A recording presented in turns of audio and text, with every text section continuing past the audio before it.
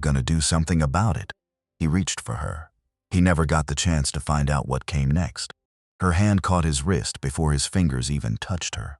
One turn, his own weight against him, and the captain of the football team went down onto one knee in front of 200 people in under 2 seconds, without her ever raising her voice.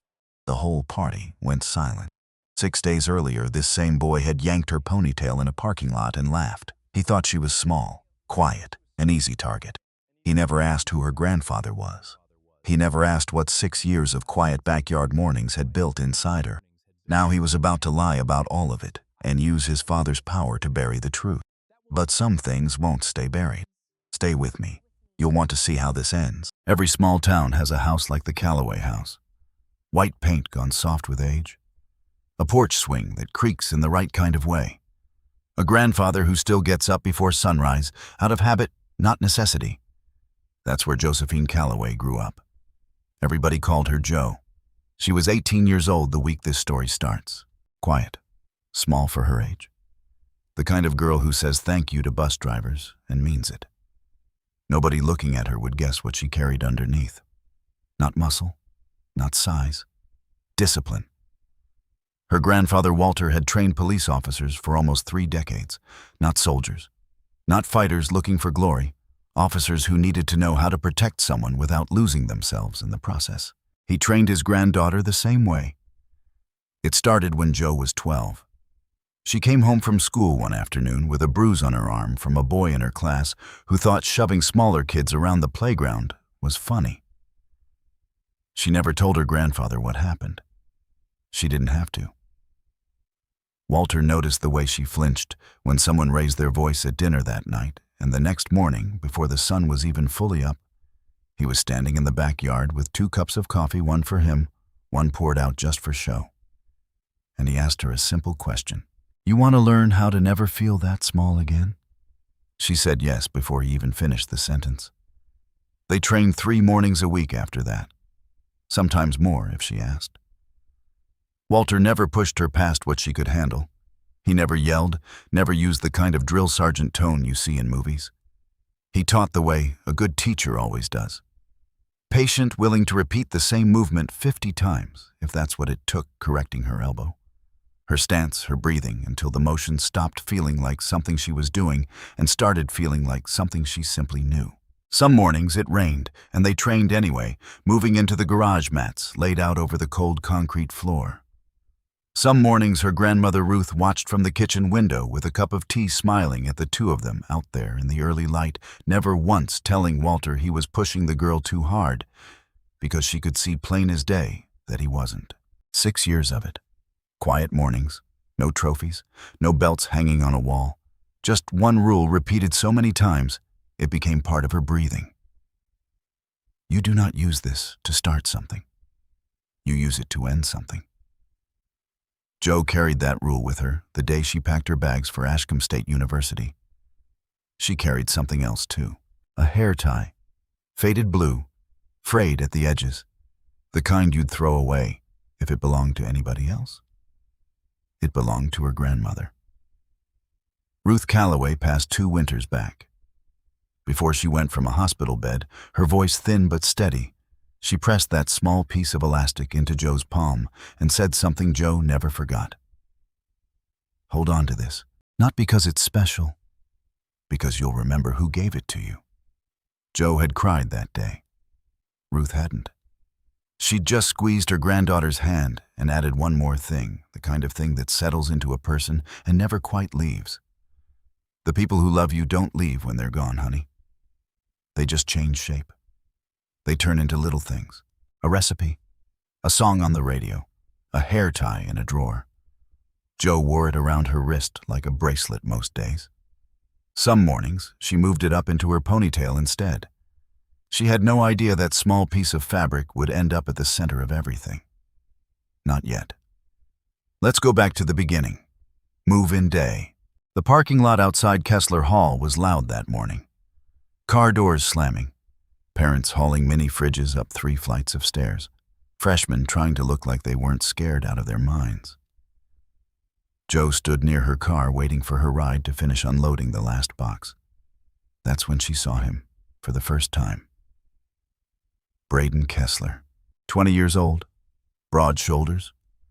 The kind of walk that says the whole campus belongs to him. He probably believed it did. His father was Gordon Kessler, a city council member with his name on half the buildings downtown. Brayden had grown up hearing people say yes to him before he even finished asking. He was the starting captain of the football team.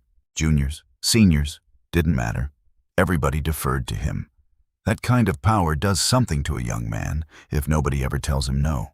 Brayden and 3 of his teammates came walking through the lot that morning laughing about something none of them would remember by lunch. Jo didn't notice them at first. She was busy adjusting the ponytail her grandmother's hair tie was holding in place. Brayden noticed her. Small, quiet, new, an easy target, or so he thought. He walked past her slow enough to make it obvious and reached out and yanked her ponytail hard enough to snap the tie clean in half. It happened fast. A flick of the wrist, a joke to him. Jo's hair fell loose around her shoulders. The blue hair tie dropped to the pavement, broken into 2 pieces. Brayden laughed. So did his friends. "New girl already losing her hair," one of them said.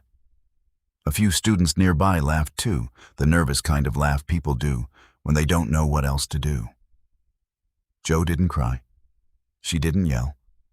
She knelt down right there in the parking lot and picked up both halves of that broken hair tie like they were made of glass. Somebody watching might have thought she was embarrassed. Somebody watching closely would have seen something else. She was memorizing his face. Brayden waited a second, expecting a reaction. Tears, anger, something to feed off. He got silence. That silence bothered him more than he let on. You could see it if you were paying attention. A flicker in his eyes. Confusion, maybe. Or something close to it. He shrugged it off, called her a name under his breath, and walked away laughing with his buddies like nothing happened. For him, nothing had. For Jo, everything had started. There was one man in that parking lot who was paying attention. Ed Whitfield, 61 years old, campus security, 22 years on the local police force before that back trouble forcing him into early retirement. Ed had spent his whole career learning how to read people. Not what they say, how they stand, how they move, where their weight sits when they think nobody's watching. 22 years on the force had taught him that lesson the hard way more than once. He'd learned it responding to calls where the loudest person in the room usually wasn't the dangerous one. He'd learned it working traffic stops, where a driver's hands told him more than anything they said. His wife Linda used to tease him that he couldn't sit through a movie without narrating what every character's body language really meant, and most of the time, he was right. Linda had passed 3 years back quietly in her sleep, the kind of ending that offered no warning, and left Ed with more silence in his evenings than he knew what to do with. Taking the campus security job had helped in its own small way. It gave his mornings a shape again. Gave him a reason to keep noticing things the way he'd always noticed things, even without anybody at home to tell about it over dinner. Retirement hadn't been his choice, not entirely. A herniated disc from a foot pursuit in his final year on the job had ended things faster than he wanted. Campus security wasn't exactly the work he'd imagined doing at 61, walking a quiet college quad instead of patrolling real streets. But he told himself the same thing most mornings when he clocked in. These are somebody's kids. They deserve somebody paying attention. He'd been leaning against the building that morning, coffee in hand, watching the chaos of move-in day. The way he watched everything now, quietly, carefully. He saw the hair pull, he saw the laugh, he saw Jo kneel down. But it was the way she knelt that caught him. Balanced, controlled, weight low and centered like she could come up swinging if she needed to, but chose not to. That's not how a scared 18-year-old kneels down. Ed had seen that kind of balance exactly one other time in his life. 23 years ago, in a training gym 2 towns over, watching a man named Walter Calloway teach young officers how to fall without getting hurt. Ed didn't say anything that day. He just filed it away. Some things you don't forget, even after 2 decades. He watched Jo tuck both broken pieces of that hair tie into her jacket pocket and walk toward the dorms without looking back at Brayden even once. That not looking back stuck with Ed longer than anything else. Most people who get humiliated in public can't help but glance around. See who's watching. See who's judging. Jo didn't need to look. She already knew exactly who she was. The girl assigned to Jo's dorm room was named Chloe Bennett. Chloe was from 3 hours north, a nervous kind of friendly, always apologizing for things that weren't her fault. When Jo walked in that afternoon, hair down, no explanation offered, Chloe noticed right away that something had happened. "You okay?" Chloe asked. Jo nodded and started unpacking her books. Chloe didn't push. She'd find out soon enough the way everybody on that floor found out things. Through whispers in the hallway, through half-true stories, passed from room to room like a bad cold. By dinner time, half the freshman dorm had heard some version of what happened in the parking lot. Most of the versions made Brayden sound like he was just having fun. That's how it usually goes when the person with power tells the story first. Jo didn't correct anybody. She sat at the far end of the dining hall with a tray of food she barely touched, and she thought about her grandfather. She could hear his voice in her head, steady as ever. Anger is loud. Discipline is quiet. Loud never wins in the long run. That night she called him. It rang twice before he picked up. "Hey kiddo," he said, "how's the big city treating you?" Ashcombe State was hardly a big city. It was the kind of small college town where the local diner knew your order by the second week. But Walter liked to tease her about it anyway. "It's fine," Jo said. Walter had trained enough young people to hear the gap between fine and fine. "You don't sound fine," he said. Jo told him. Not with anger, just facts. The parking lot, the hair tie, the laughing. There was a long pause on the other end of the line. "You didn't do anything," he finally said. It wasn't a question. "I remembered what you taught me," Jo said. "This isn't the moment. Not yet." Walter let out a breath, something between a sigh and a proud kind of exhale. "Your grandmother would be proud of you right now," he said, "and so am I." Jo held the phone a little tighter. "I kept the pieces," she said quietly. "Of the hair tie. I don't know why. Because some things aren't just things," Walter said. "You'll know what to do with it when the time comes." They talked another few minutes about nothing in particular. Classes, the dorm, whether the dining hall food was as bad as everyone online said it was. Before they hung up, Walter said one more thing, the same thing he'd told her 100 times growing up. "You don't fight to prove you're strong, kiddo. You fight to protect what matters. Everything else you let go." Jo said goodnight and set the phone down. She looked at the 2 broken pieces of blue elastic sitting on her desk. She didn't throw them away. Monday morning, Jo walked into her first class, an introductory psychology lecture, in a hall that seated close to 200 students. She found a seat near the middle, opened her notebook, and tried to focus on the professor's opening remarks about the syllabus. She felt eyes on her before she saw them.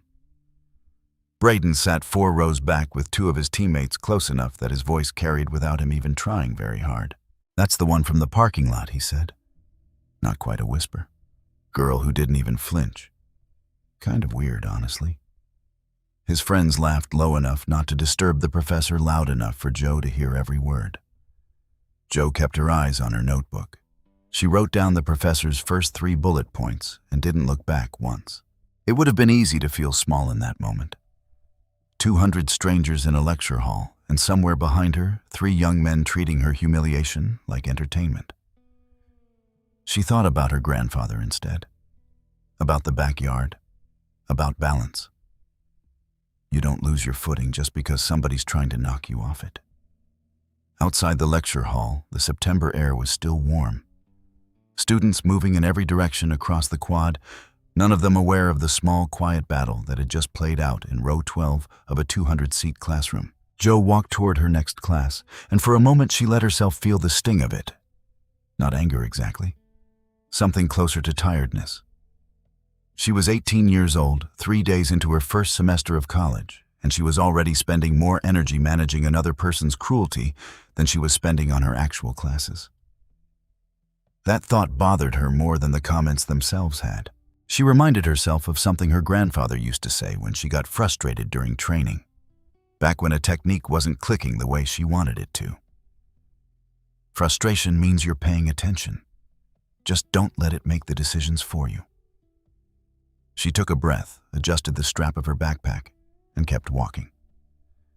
The next few days settled into an uneasy rhythm. Brayden didn't let it go. Some bullies get their laugh and move on. Brayden wasn't built that way. Joe's silence in that parking lot had gotten under his skin more than he wanted to admit. And the only way he knew how to deal with that feeling was to push harder. Tuesday, he knocked her books off her desk in the campus library, loud enough for half the room to notice, and mumbled an insincere sorry that fooled nobody. Wednesday, one of his friends spilled a drink across her table in the dining hall, and Brayden stood a few feet away, laughing like it was the funniest thing he'd seen all week. Thursday, he blocked the stairwell she needed to get to class. Arms crossed, smirking, making her either squeeze past him or walk the long way around. She walked the long way around, not because she was afraid, because she was watching. Every single time Joe said almost nothing. A short sentence here and there delivered flat and calm, never raising her voice. Standing in that stairwell. Thursday afternoon, with Brayden blocking her path and two of his friends filming on their phones for laughs, Joe finally said something that made him pause. "You've still got time to step back," she told him. It wasn't a threat. It didn't sound like one. It sounded almost like an offer. Brayden laughed it off in front of his friends, the way he laughed off everything that confused him. Step back from what he said. "You gonna do something about it?" Joe didn't answer. She just looked at him steady until he got bored of waiting for a reaction and moved aside. His friends thought it was hilarious. "New girl thinks she's tough," one of them said, as they walked off, still laughing. But not everybody in that stairwell was laughing. A junior named Hannah, who lived 2 floors up, had watched the whole thing from the top of the steps. She didn't know Joe. She'd never spoken a word to her. But something about the way Joe held her ground, calm and unshaken, while 3 young men mocked her, stuck with Hannah the rest of the day. Hannah had her own reasons for paying attention to boys like Brayden. 2 years earlier, during her own freshman year, she'd watched a friend get quietly pushed out of the dorms after a similar situation with a different group of athletes. Nothing official ever happened. No hearing, no consequences. Her friend just transferred to a community college back home the following spring, and everybody moved on like it never occurred. It still bothered Hannah the way some things do even years later. The unfairness of it.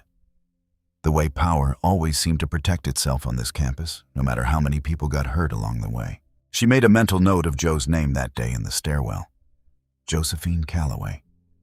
She didn't know why exactly, only that something told her it might matter later. She didn't say anything to anyone about it. Not yet. But she remembered. That's how these things start to turn. Quietly. One person at a time noticing something isn't right, even if they don't say it out loud yet. Down in the administration building, a man named Dean Foster was reviewing new student paperwork that same Thursday afternoon, unaware his desk would soon be at the center of everything unfolding on his campus. Foster had been dean of students for 6 years, a fair-minded man by most accounts, but one who'd learned through experience that certain families carried more weight in these hallways than others. Brayden Kessler sat on the city council. Brayden Kessler had personally funded the new weight room in the athletics complex 2 years back. When Brayden Kessler's son got mentioned in a complaint, Foster had learned to tread carefully, gathering every fact twice before making a single move. Foster had gotten into higher education administration almost 20 years earlier, back when he still believed in the simple way young graduates often do, that fairness was mostly a matter of following the rules closely enough. 2 decades of budget meetings and donor dinners had complicated that belief considerably, without ever quite destroying it.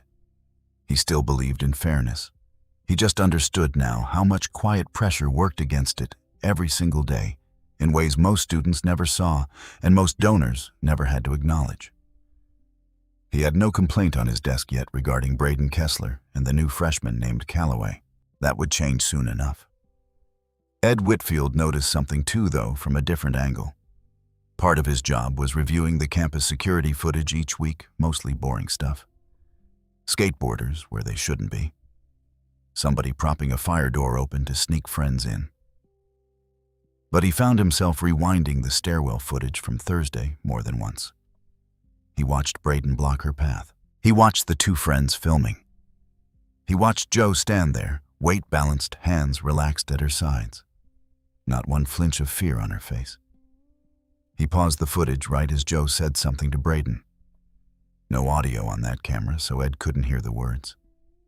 But he read her lips well enough. Decades of watching interrogation footage had trained his eye for that. "You've still got time to step back." Ed leaned back in his chair, coffee gone cold beside him, and thought about Walter Calloway's training gym again. He decided it was time to ask around. That Friday, Ed found himself at the campus recreation center, where he knew Coach Renee Coulter ran the self-defense elective for students who wanted an easy elective credit and a decent workout. Renee had been coaching at Ashcombe State for almost 15 years. She'd competed in judo back in her 20s, good enough to nearly make it to nationals before a knee injury ended that dream. These days, she taught freshmen how to break a wrist grab and fall without breaking their tailbone. Ed found her wiping down mats after her Friday class. "Got a minute?" he asked. Renee wiped sweat off her forehead and nodded. "For you, Ed, always." He told her what he'd seen, the parking lot, the stairwell, the way Jo carried herself. Renee listened without interrupting, the way good coaches learn to do. "You said the last name's Calloway?" she asked when he finished. "Josephine Calloway," Ed confirmed. "Freshman." Renee's face changed slightly. "There aren't a lot of Calloways in self-defense circles around here," she said. "Not since Walter retired?" "You knew him?" Ed asked, though he already suspected the answer. "Everybody in this region who taught defensive tactics knew Walter Calloway," Renee said. "Man trained half the police academies within 100 miles. Best hands I ever saw on a 60-year-old. Renee thought back to a seminar she'd attended years ago, one of the last ones Walter Calloway ever taught before he stepped away from that world entirely. She remembered him standing in front of a room full of police recruits, half of them twice his size, demonstrating a wrist lock with a gentleness that made the whole room go quiet. He'd said something that day she never forgot. The goal was never to hurt anybody. The goal was to make sure nobody had the chance to hurt you, and to walk away with your hands clean and your conscience clear. That kind of philosophy didn't come from a man chasing violence. It came from a man who respected exactly how much damage a trained body could do and who refused to treat that power carelessly. If Walter Calloway's granddaughter had learned even half of what he taught Renee, then whoever kept pushing her was standing far closer to the edge of a cliff than they realized. "You think this freshman is his granddaughter?" Renee asked. "I think it's worth finding out," Ed said. Renee looked out the window of the rec center toward the dorms in the distance. "If she's anything like her grandfather," Renee said slowly, "I feel bad for whoever thinks they can push her around." Ed almost smiled. "Yeah," he said. "Me too. But I also worry about what happens if it goes too far before anybody steps in." Renee nodded slowly, thinking it over. "You think we should say something to her?" Renee asked. "Let her know people are watching out for her." Ed considered that for a moment. "Not yet," he said. "She hasn't asked for help, and there's something about the way she carries herself that tells me she wouldn't want us stepping in before she's ready. But if things escalate, I want us both paying close enough attention that we're not caught flat-footed." Renee glanced toward the window one more time before turning back to him. "There's a difference, isn't there, between watching out for somebody and hovering over them? Jo strikes me as the kind of person who'd notice the difference right away and wouldn't thank us much for getting it wrong." Ed nodded. "That's exactly it. We stay close enough to help if it's needed. Far enough that she gets to handle her own life the way she's clearly capable of handling it." That worry sat with both of them the rest of the day. Neither one said anything to Jo directly. Not yet. It wasn't their place to pry into a stranger's family history based on a hunch. But they both started paying closer attention. Back in the dorm, Chloe was starting to piece together her own picture of what was happening, mostly through the gossip mill that ran non-stop on their floor. Chloe had her own history with situations like this, though she'd never told anyone at Ashcombe State about it. Back in high school, she'd watched a boy get bullied so badly by the football team that he stopped coming to school entirely by junior year. Chloe hadn't done anything back then. She'd been 16, scared, worried about her own social standing, and she'd told herself it wasn't her problem to fix.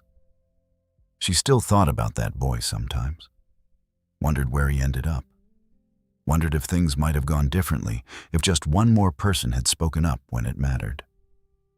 That memory sat with her Friday evening, while she caught Joe alone doing laundry in the basement, the low hum of dryers filling the silence between them. "People are talking about you," Chloe said carefully. Joe kept folding a shirt, not looking up. "I figured. They're saying Brayden's messing with you," Chloe continued. "Some people think it's funny. Some people think you did something to deserve it." Joe's hands paused for just a second. "I didn't do anything," she said quietly. "I believe you," Chloe said quickly. I don't know. I've seen him do this before. To other people. Freshman year stuff. He gets bored and picks somebody, and it just gets worse from there." "What happens to them?" Joe asked. "The other people." Chloe hesitated. "Some transferred out. One girl switched dorms halfway through the semester just to get away from his friend group. Nobody ever pushed back." Chloe shook her head. "His dad's on the city council. Big donor to the athletics program. Teachers don't want the headache. Administration looks the other way. It's just easier for everybody to let it go." Joe finally looked up from the laundry. "That's not the same as it being okay," she said. Chloe didn't have an answer for that. "I'm not trying to scare you," she added after a moment. "I just don't want you to get hurt trying to stand up to him. He's got a lot of people behind him." Joe folded the last shirt and set it neatly in her basket. "I appreciate you telling me," she said. "But I'm not planning on starting anything." Chloe studied her for a second, something unreadable behind her eyes. "That's not really what I'm worried about," Chloe said quietly. Neither one of them said anything else that night. But something had shifted between them. Not quite friendship yet. Something closer to two people quietly deciding to trust each other, one small conversation at a time. Saturday brought Joe's first self-defense elective class, a general fitness requirement. Most freshmen fulfilled without much thought. Coach Renee Coulter ran the session in the small gym behind the rec center. 20-some freshmen scattered across blue mats, most of them checking their phones between drills. She started the way she always started a new semester, with a short talk about what the class actually was, and just as importantly, what it wasn't. "This isn't about becoming fighters," she told them, pacing slowly in front of the group. "Most of you will never need to use anything I teach in here. I hope you never do. But if the day ever comes when you need 30 seconds to get away from somebody bigger and stronger than you, I want your body to already know what to do, so your mind doesn't have to figure it out under pressure." A few students nodded along. Most were still half distracted thinking about lunch or the assignment due Monday. Joe sat near the back of the group, listening carefully the way she listened to everything. Renee's words weren't new to her. Her grandfather had said some version of the same thing 100 times over the years. But there was something comforting about hearing it from someone else, a reminder that what Walter taught her wasn't some strange family secret. It was wisdom real, and shared, passed down by people who understood exactly how fragile safety could be, and how much it was worth protecting. She had them practicing a basic wrist release drill, the kind of thing meant to build confidence more than actual skill. Renee paired students up randomly, calling out names from her clipboard. Calloway with Marcus, she called. Joe stepped onto the mat across from a tall, easygoing freshman, who grinned at her like this was the most fun he'd had all week. "Don't hurt me," he joked, grabbing her wrist the way Renee had just demonstrated. Joe executed the release exactly the way she'd been taught since she was 12 years old. Smooth, efficient, no wasted motion. Marcus stumbled back a step, more surprised than hurt, laughing it off. "Whoa. Okay," he said, rubbing his wrist. "Where'd you learn that?" Joe shrugged. "Just picked it up somewhere."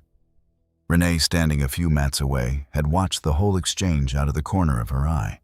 She'd taught that same drill hundreds of times. Most freshmen fumbled through it, awkward and hesitant, needing 3 or 4 attempts before it looked halfway right. Joe had done it once perfectly, without even seeming to think about it. Renee didn't say anything in front of the class. She just made a small note on her clipboard and kept teaching. After class ended and students filed out toward the locker rooms, Renee called Joe over. "Got a second?" she asked. Joe nodded, hanging back while the rest of the class cleared out. "That release you did," Renee said. "Where'd you really learn it?" Joe hesitated for the first time all week. "My grandfather taught me some things growing up."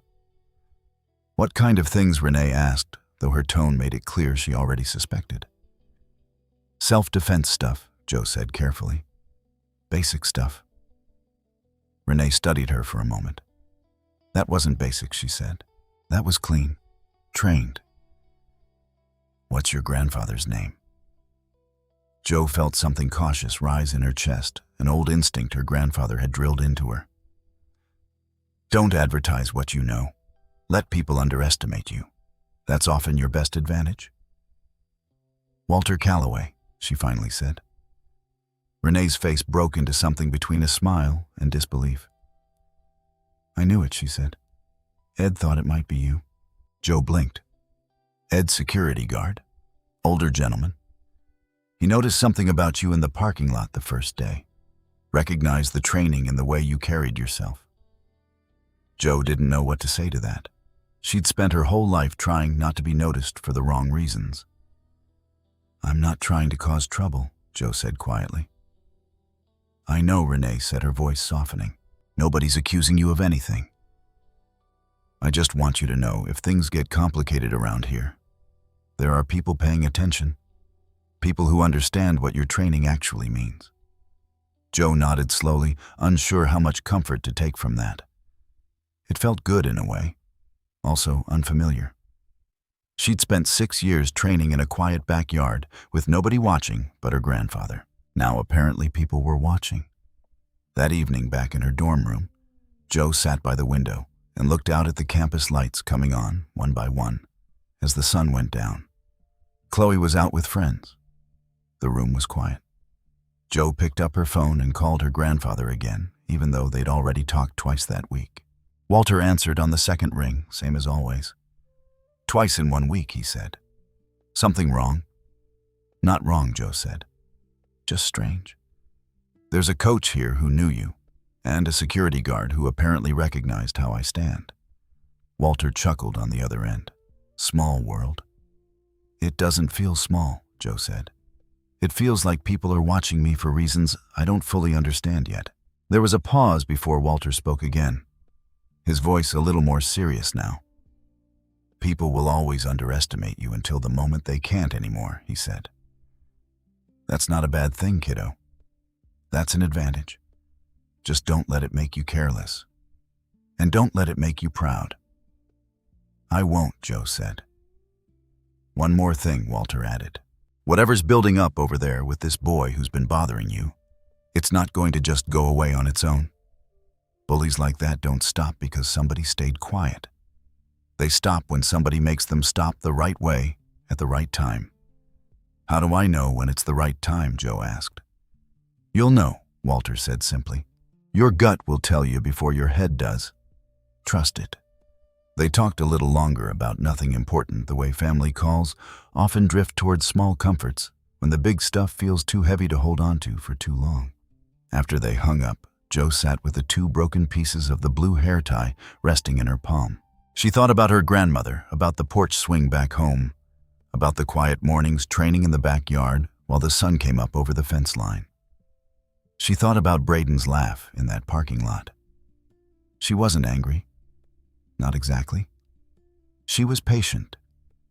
Patience, her grandfather always said, is not the absence of strength.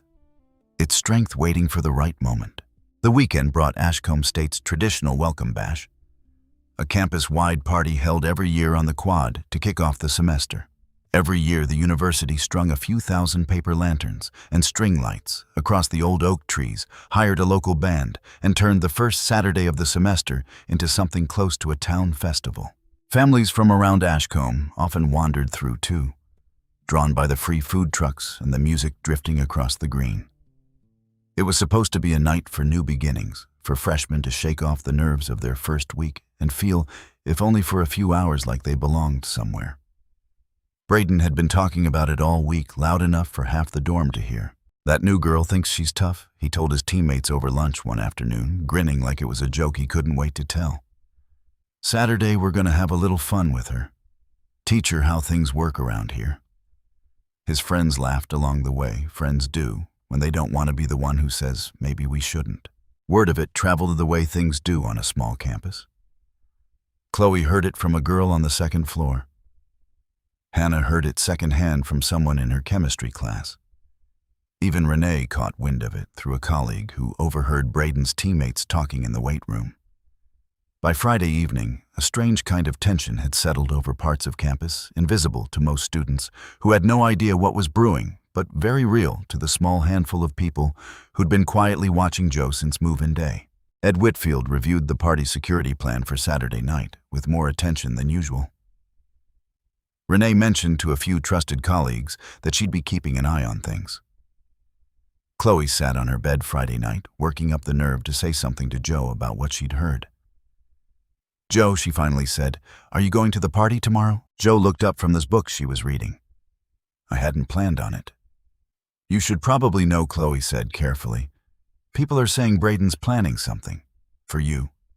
At the party." Joe set her book down slowly. "What kind of something?" she asked. "I don't know exactly," Chloe admitted. "Just that he wants to embarrass you in front of everybody. Make a bigger scene than the parking lot thing." Joe sat quietly for a moment, turning the 2 broken pieces of blue elastic over in her fingers, a habit she'd developed without even noticing. "Are you going?" Joe finally asked. "I was thinking about it," Chloe said. "If you go, I'll go with you. I don't think you should be alone if something happens." Joe looked at her roommate, really looked at her, maybe for the first time since they'd moved in together. "Thank you," she said quietly. "That means something." Chloe smiled, a little nervous, a little proud of herself for saying something, instead of staying silent like she usually did. Neither one of them said much else that night. But something had shifted in the room, a quiet kind of alliance, forming between 2 young women who'd started out as strangers, assigned to share 400 square feet. Joe lay awake a long time that night, staring at the ceiling, listening to Chloe's steady breathing across the room. She thought about her grandfather's voice. "You'll know when it's the right time." She thought about the parking lot, the stairwell, the dining hall. She thought about every small cruelty Brayden had aimed at her that week, and every time she'd chosen to walk away instead of react. She wasn't afraid of tomorrow night. She was ready for it. Not because she wanted a fight, because she understood deep down in the same quiet place where her grandfather's training lived that sometimes patience runs its course. Sometimes the person doing the pushing doesn't stop until something finally pushes back. Tomorrow night at the welcome bash, under those string lights and all those watching eyes, something was going to happen. Joe didn't know exactly what yet. But for the first time since that hair tie snapped in the parking lot, she felt something other than patience settling into her chest. Readiness. She thought about the 12-year-old girl she used to be, the one who came home with a bruise she never explained. That girl had felt powerless, small, unsure of what to do with the fear sitting heavy in her chest. 6 years of quiet mornings had changed that girl into someone else entirely. Not someone who wanted trouble. Someone who simply no longer feared it the way she used to. She thought about her grandmother's voice, soft and steady, even from a hospital bed. She thought about her grandfather, probably asleep by now back home, unaware that his lessons were about to be tested in a way neither of them had planned for. She wondered briefly what Walter would say if he could see her now sitting on a dorm room bed 3 hours from home, holding 2 broken pieces of blue elastic and waiting for tomorrow. She already knew the answer. He'd tell her to trust what he taught her. He'd tell her that whatever happened tomorrow night, the goal was never to win. The goal was to protect what mattered and to walk away with a clear conscience no matter what anybody else on that quad decided to believe about her afterward. Somewhere across campus that same night, Brayden Kessler was telling his friends his plan for tomorrow, laughing confident, absolutely certain that the quiet freshman with the broken hair tie posed no threat to him whatsoever. He had no idea who her grandfather was.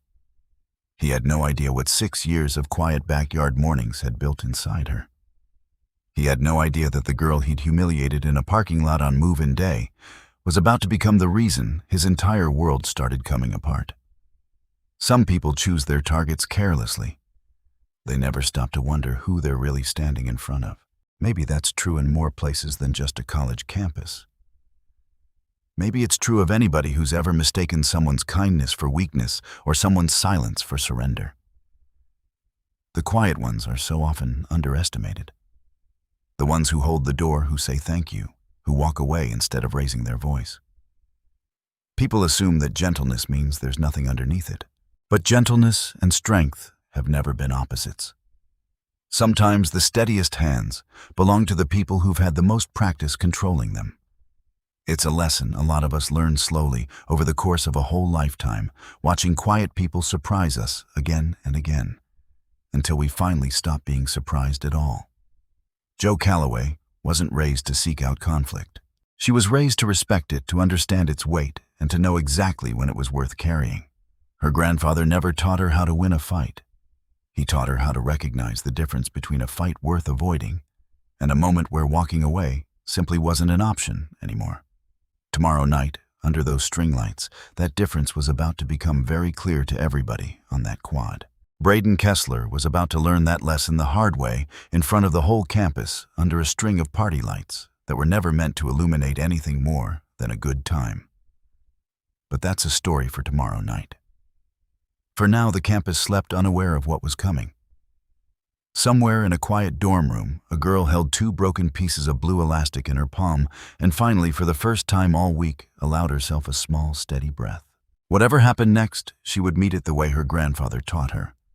Calm, controlled, ready. If you've ever watched somebody underestimate a quiet person and wondered how that story usually ends, stick around. Because in part 2, the welcome bash arrives, and Brayden Kessler is about to learn something about the girl he humiliated in that parking lot. Something he never bothered to ask about. Something nobody on that campus saw coming. Saturday night came the way most Saturday nights come on a college campus in late summer. Warm air, loud music. A few thousand young people who'd only known each other for 6 days, already acting like they'd grown up together. The Ashcombe State welcome bash filled the entire quad. String lights ran between the old oak trees, the kind planted back when the university was founded, thick trunks that had seen more freshman years than anyone could count. Food trucks lined the walkway near the library. A local band played covers on a small stage near the fountain, loud enough to carry across the whole green. It was the kind of night that made freshman year feel possible. Made it feel for a few hours anyway, like the nerves of the first week might finally settle into something like belonging. Families from town wandered through too. Kids running between the food trucks, grandparents sitting on benches along the edge of the quad, watching the young energy of the evening, the way older folks so often do, with a mixture of fondness and quiet worry. Jo stood near the edge of it all, close enough to see everything, far enough to stay out of the middle of it. Chloe stood beside her, true to her word. "You don't have to stay close to me all night," Jo told her. Chloe shook her head. "I know. I want to." There was something steady in the way Chloe said it. Not nervous like she usually sounded. Just certain. They found a spot near the edge of the crowd, close to one of the big oak trees, where they could watch the party without being swallowed up by it. Jo wasn't there to have fun. She wasn't there to hide either. She was there because she refused to let one person's cruelty decide where she could and couldn't go on her own campus. Her grandfather had taught her that too, without ever saying it directly. Walter Calloway never once told her to avoid a room just because trouble might be waiting in it. He taught her instead to walk into any room fully aware of what was in it and fully capable of handling whatever she found there. So she stood at that party calm, watching the same way she'd watched everything all week. Brayden found her within the first 30 minutes. He'd been drinking not a lot, just enough to loosen whatever thin restraint usually kept him from saying every thought that crossed his mind. He came walking over with 3 friends trailing behind him. The same three who'd been at his side all week, laughing at everything he said, whether it was funny or not. "Well, look who showed up," he said loud enough for people nearby to hear. "Didn't think you had it in you." Jo didn't respond. She'd learned that much already. Silence gave him less to work with than words did. Brayden didn't like being ignored. It showed on his face a flicker of irritation, quickly covered over with a grin. "Come on," he said, stepping closer. "No hard feelings about the hair tie thing, right? Just messing around." Still, Jo said nothing. One of his friends laughed. "She doesn't talk much, does she?" "Guess not," Brayden said, reaching out like he might tug at her hair again, testing to see how far he could push. This time, Jo shifted her weight just slightly enough to make it clear without a single word that his hand wasn't welcome anywhere near her. Something about that small shift landed harder than any sentence could have. Brayden pulled his hand back, covering the moment with a laugh that didn't quite reach his eyes. "Relax," he muttered. "Wasn't going to do anything." He walked off with his friends toward the drink table, tossing one more comment over his shoulder that most people around them didn't quite catch. Chloe let out a breath beside Jo. "That was intense." "He's testing," Jo said quietly. "Seeing how far he can go before something stops him." "What happens when he finds out?" Chloe asked. Jo didn't answer that one. For a while, the party settled into something almost pleasant. The band played. Students danced in loose laughing groups. Somewhere near the fountain, a group of freshmen were trying to teach each other a line dance. Nobody quite remembered the steps to falling over each other and laughing about it. Jo relaxed just slightly. Chloe introduced her to a couple of girls from the floor above them, and for a few minutes it almost felt like a normal Saturday night for two 18-year-old freshmen at their first college party. At one point, Jo spotted Hannah standing near the food trucks with a small group of friends. Hannah caught her eye across the crowd and gave a small nod. Nothing more, the kind of quiet acknowledgement two people exchange when they've noticed each other's decency without ever having a real conversation about it. Jo nodded back. It didn't last. It started with a smaller freshman named Owen Pratt, a lanky, soft-spoken kid who'd made the mistake hours earlier of accidentally bumping into Brayden's roommate near the food trucks and spilling a drink down his shirt. Owen had grown up in a small farming town 2 hours west. The kind of place where everybody knew everybody, and where a kid like him, thoughtful, a little awkward, more comfortable with books than crowds, rarely had to worry about the kind of casual cruelty that seemed to thrive on a bigger campus. He'd come to Ashcombe State hoping to study agricultural science, following in his father's footsteps, and he'd spent his first week quietly, politely trying to figure out where he fit into a world so much bigger than the one he'd left behind. He hadn't meant to spill anything on anybody. He'd barely even registered the collision at the time, too busy apologizing and grabbing napkins to notice the look that crossed Brayden's roommate's face, the kind of look that meant a debt had just been recorded, even if nobody said so out loud. Brayden's roommate had laughed it off at the time. Brayden had not forgotten it. By the time the party reached its second hour, Brayden and two of his friends had circled back around to find Owen standing near the edge of the crowd, talking quietly with a girl from his dorm. Jo noticed it before most people did. She had a habit now of tracking Brayden's movement across a room, the same instinct her grandfather taught her for reading a space before trouble found it. She watched Brayden approach Owen, watched the easy smile on his face turn into something colder the moment he got close enough to speak. "You owe me a shirt," Brayden said loud enough to draw a small circle of attention. Owen's face went pale. "I already apologized, man. It was an accident." "Didn't sound like an apology to me," Brayden said, stepping closer using his size the way he always did, like a wall closing in on somebody smaller. The girl beside Owen tried to step between them. "Hey, come on, it's a party. Let's just—" Brayden shoved her aside, not hard, but hard enough that she stumbled and nearly fell into the crowd behind her. That was the moment things shifted. A few students nearby gasped. Somebody said his name in a low warning tone. Most people just froze the way crowds so often do, waiting to see what would happen next before deciding whether it was their place to get involved. Brayden grabbed the front of Owen's shirt with both hands, the same shirt that had been splashed with a drink hours earlier, and shoved him backward hard enough that Owen's legs buckled underneath him. Owen hit the ground, catching himself awkwardly on one wrist, wincing in pain. The crowd around them went quiet in that particular way. Crowds go quiet right before something happens, that held breath moment, where everybody's watching and nobody's moving. Jo was already moving. She didn't run. She didn't yell. She simply crossed the space between herself and the small crowd forming around Owen. With the same calm, controlled steps her grandfather had drilled into her 1,000 times. "That's enough," she said. Her voice wasn't loud. It didn't need to be. Something about the flatness of it, the total absence of fear, cut through the noise of the party in a way that made people nearby actually turn and look. Brayden turned toward her, surprised, then amused. Or what he said, stepping toward her now, abandoning Owen on the ground behind him. "You gonna do something about it?"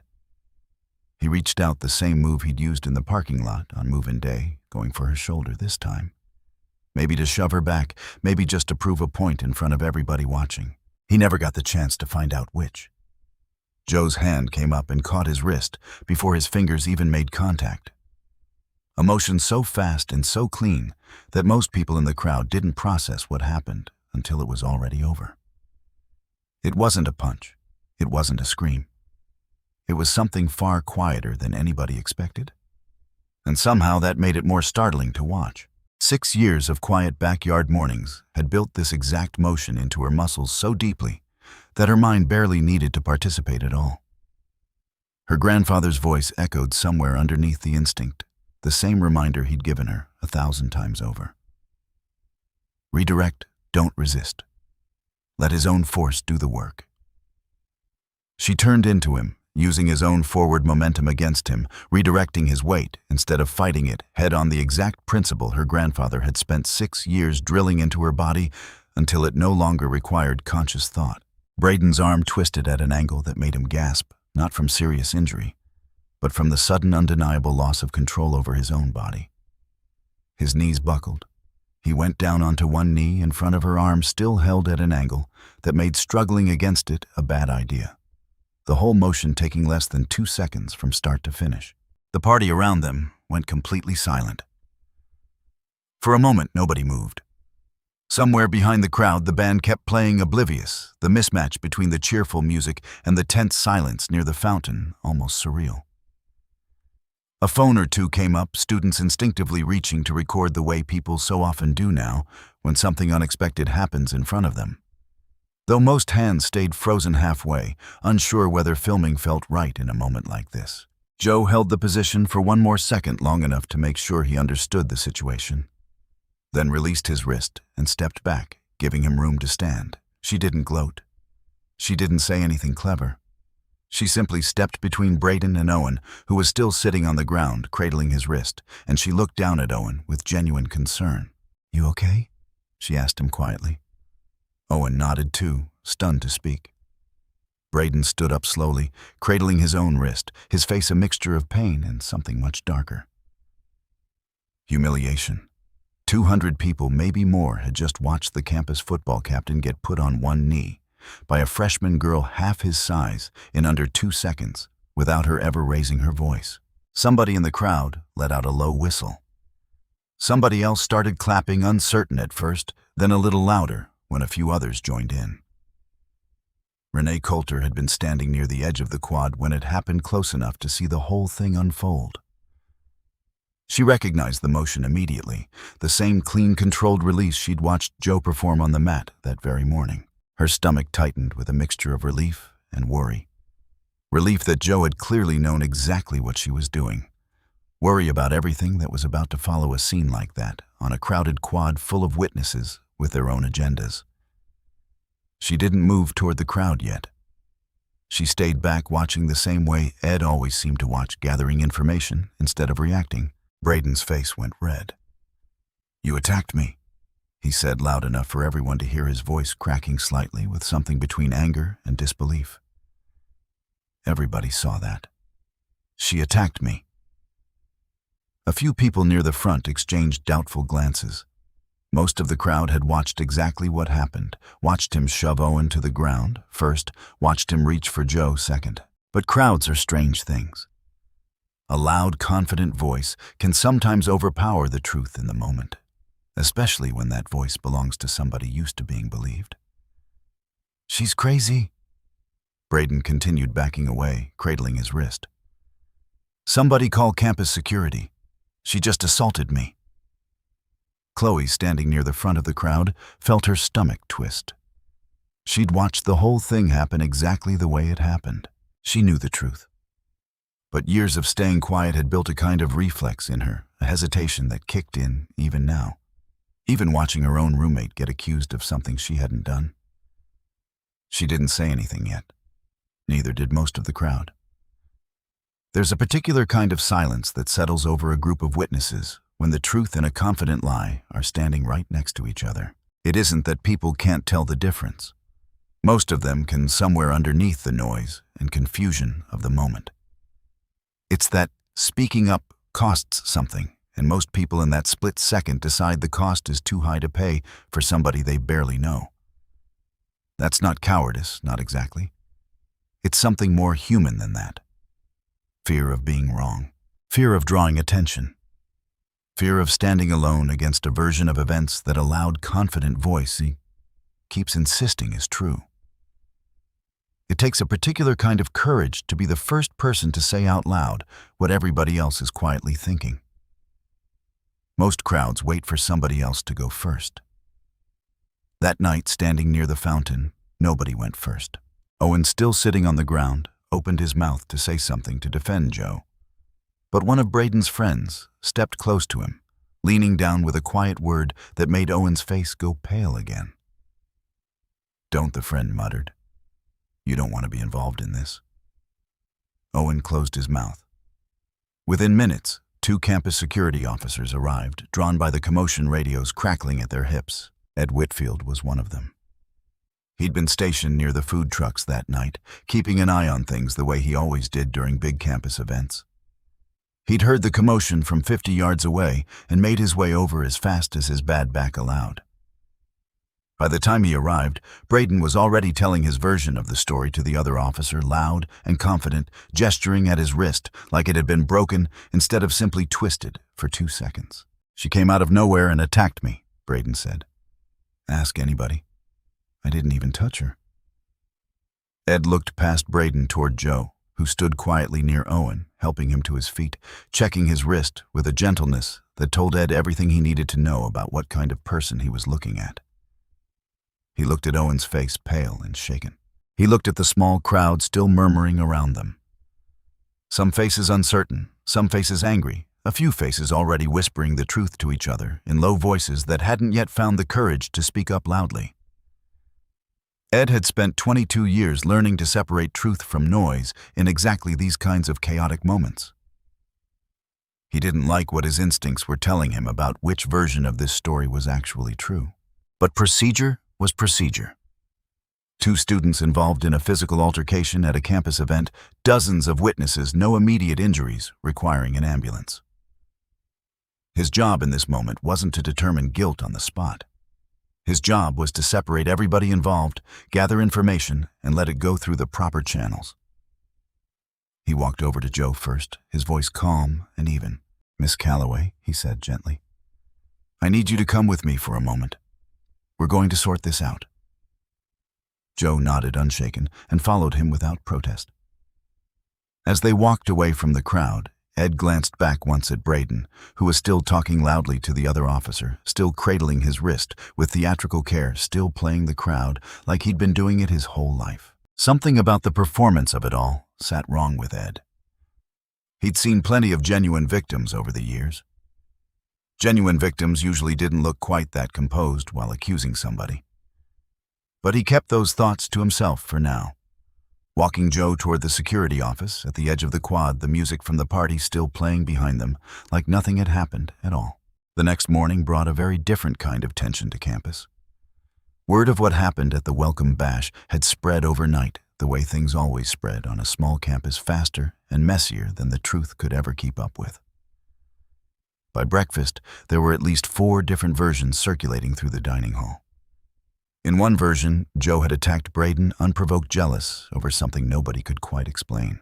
In another, Brayden had simply been defending himself against a freshman with anger issues.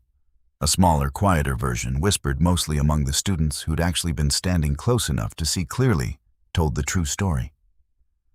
Brayden had shoved a smaller student to the ground, and Joe had stepped in to stop it. That version didn't travel nearly as fast as the others. It never does.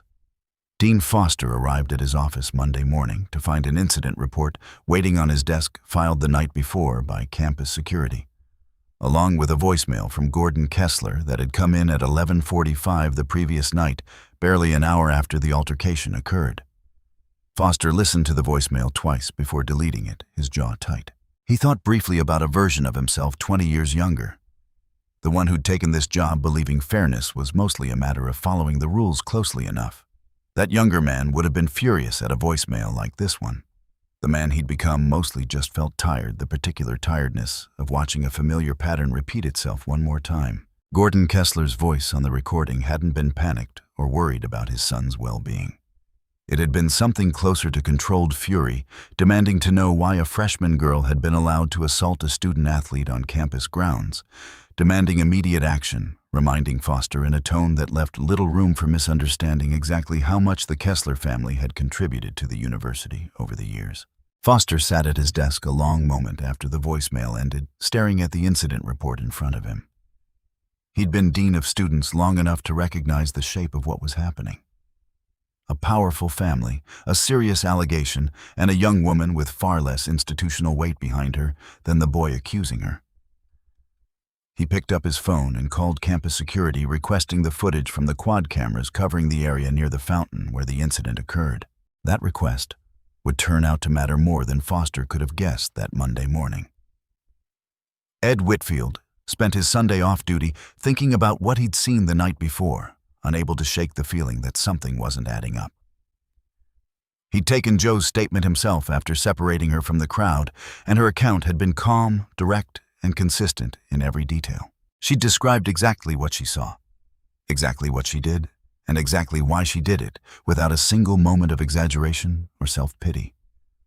Owen's account, once Ed finally got him alone, away from Brayden's friends, matched hers point for point.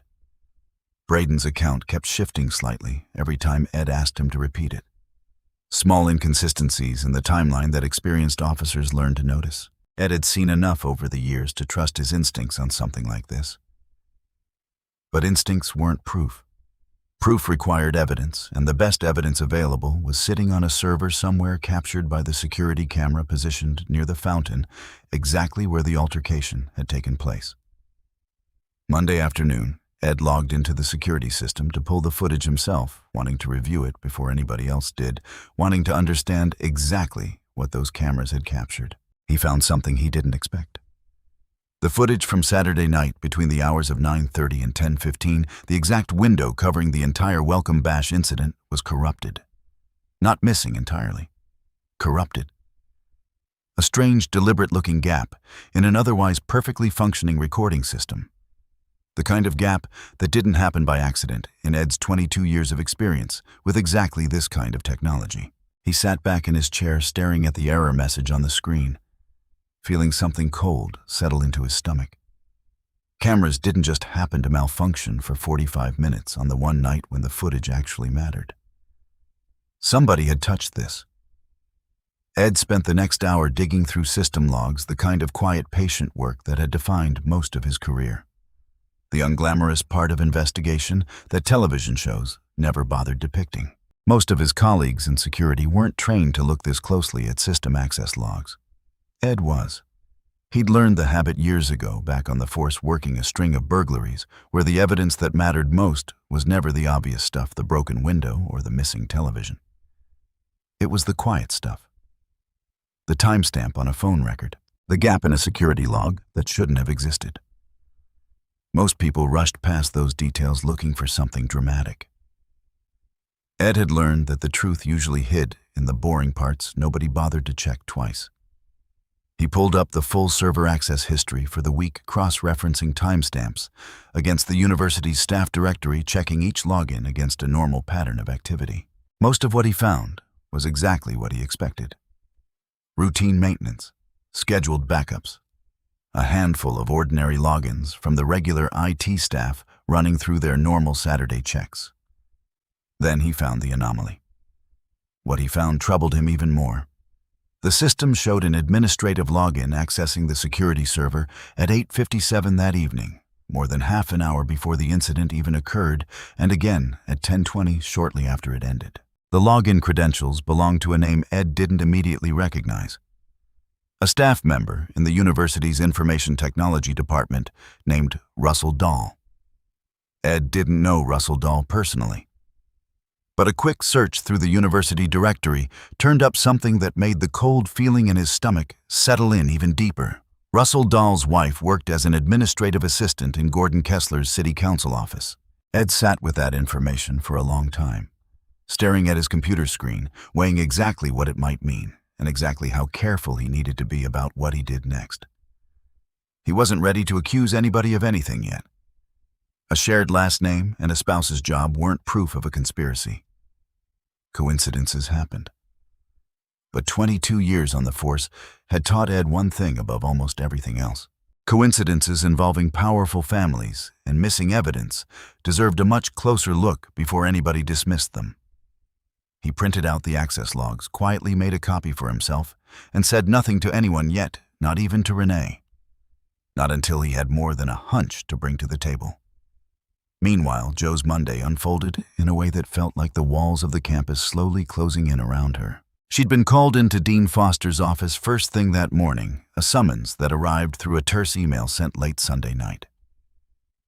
She walked across campus with a strange, hollow calm settled over her, the same calm her grandfather had trained into her years ago, the kind of stillness that comes from accepting whatever happens next without letting fear make the decision for you. Dean Foster's office was small, cluttered with paperwork, a single window overlooking the quad where the party had happened just 2 nights before. Framed photos lined one shelf.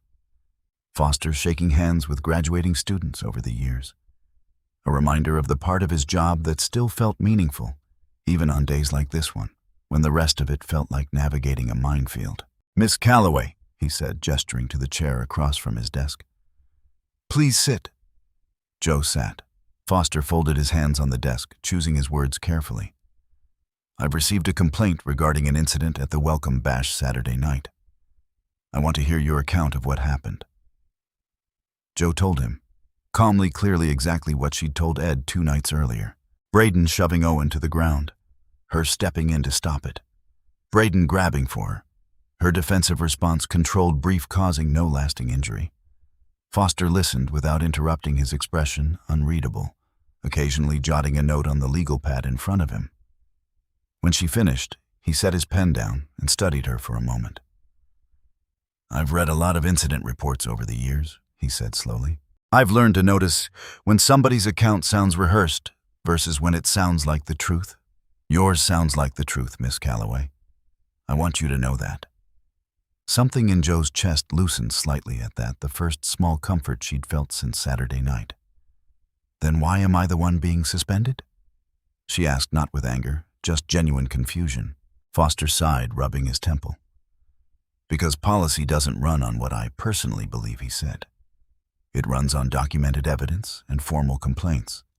Right now, I have a formal complaint from Mr. Kessler, conflicting witness accounts and no video evidence to settle the matter definitively. Given the seriousness of the allegation, university policy requires me to place you on interim suspension while this matter is investigated. I want you to understand that's a procedural requirement, not a judgment about who's telling the truth." Joe felt something tighten in her chest, though her face didn't change. "I was protecting another student," she said quietly. "He was already on the ground before I did anything." "I understand that's your account," Foster said, and something in his voice suggested he genuinely did believe her, even as policy forced his hand in a different direction. "But I have a complaint on file from a council member's son, conflicting witness statements, and no clear video evidence to settle the matter one way or another." "There should be footage," Joe said. There were cameras right there. Foster's expression flickered something guarded, passing behind his eyes. "Security is reviewing the footage now," he said carefully. As soon as that's available, it will factor heavily into how we proceed. Until then, I need you to stay off campus grounds outside of essential coursework and avoid any contact with Mr. Kessler or his associates. Jo sat with that for a long moment, the unfairness of it settling over her like a weight she hadn't expected to carry so soon into her first semester. She thought about walking away, about calling her grandfather right there in that office and telling him she'd made a mistake coming here, that maybe some places just weren't built for people like her to get a fair shot. But that thought passed, quickly replaced by something steadier. She hadn't done anything wrong.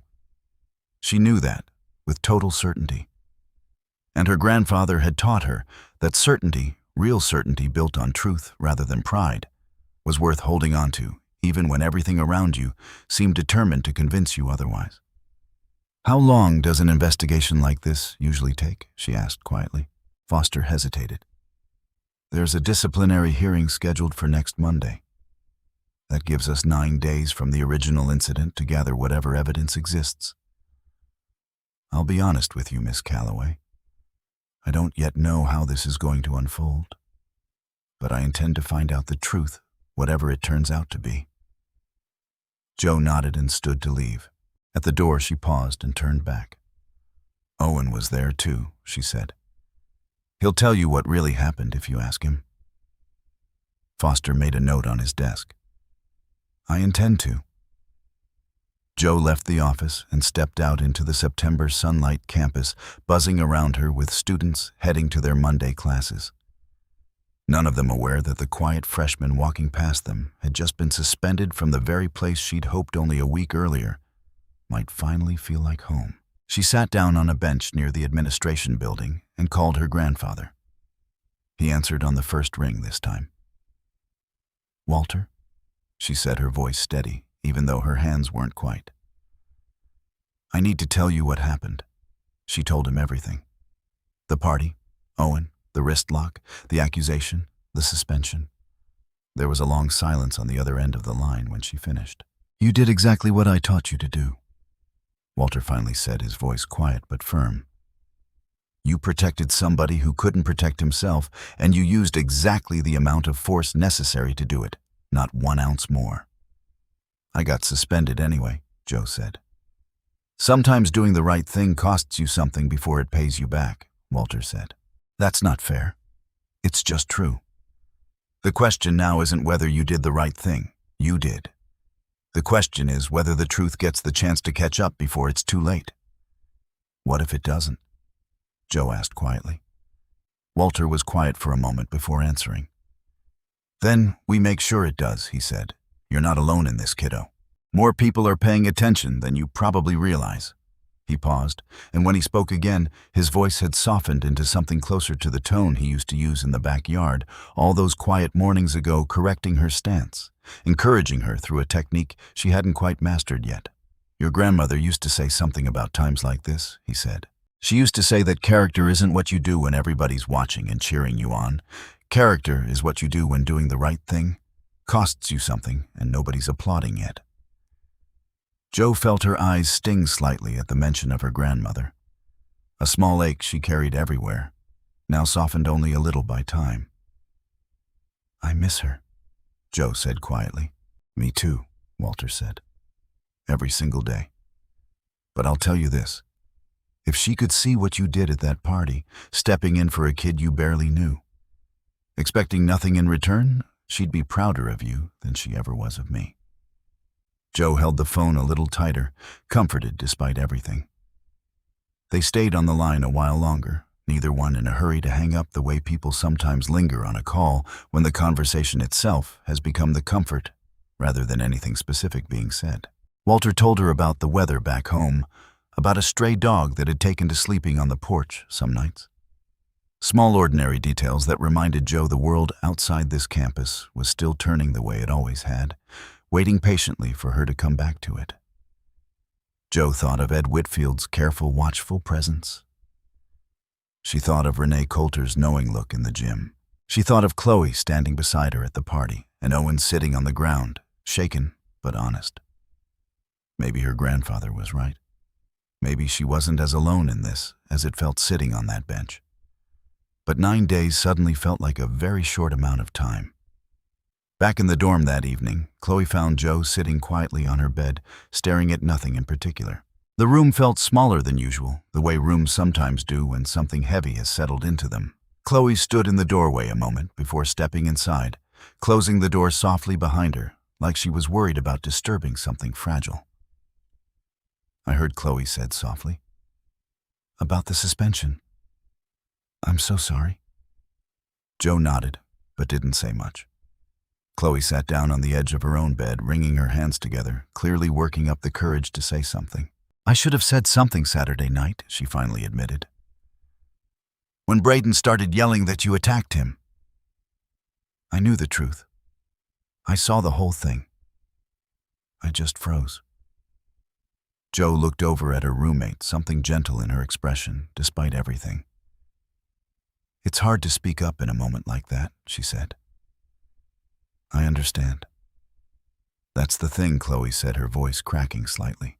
"I've understood that same excuse my whole life, and it's never once made me feel better about staying quiet." She wiped at her eyes, embarrassed, and continued. "Back in high school, there was a boy," she said quietly. "Everybody knew what was happening to him. I knew. I watched it happen for 2 years and told myself it wasn't my place to get involved. He stopped coming to school eventually. I never even found out what happened to him after that. I think about him sometimes. Wonder if things would have gone differently if just one person had said something." Joe listened quietly, letting her roommate work through it at her own pace.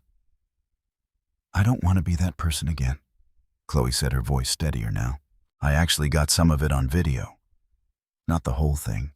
My phone was in my pocket, and I fumbled it out partway through, but I think I caught the part where he shoved Owen down. And some of what happened right after." Joe sat up straighter. "You have that on your phone?" Chloe nodded. "I didn't say anything about it yet.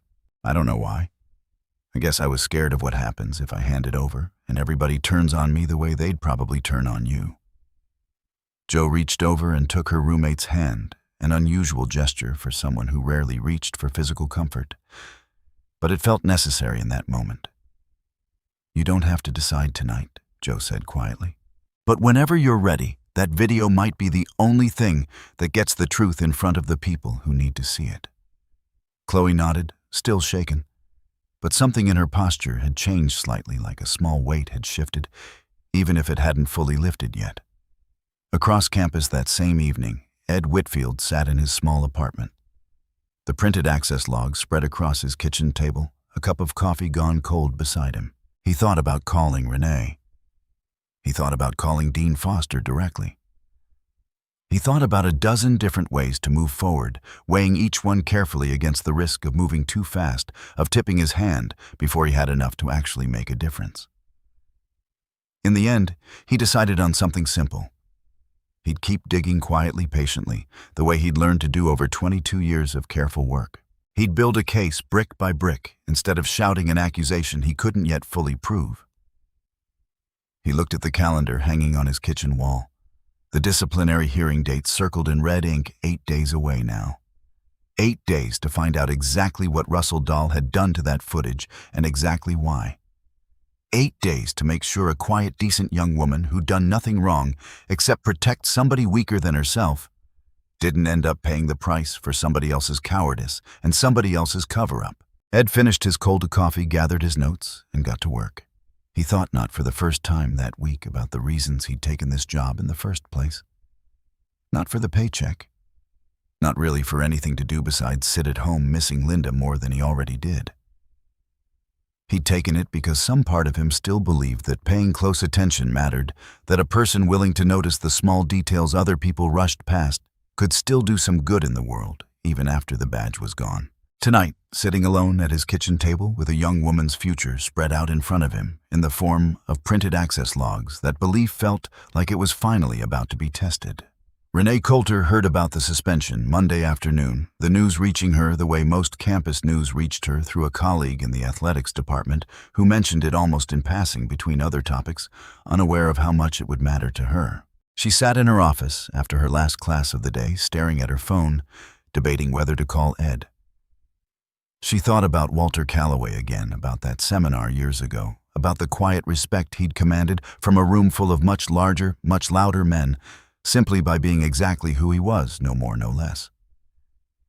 She thought about his granddaughter, now suspended from her own campus, for doing exactly what any decent person should do when they see someone getting hurt.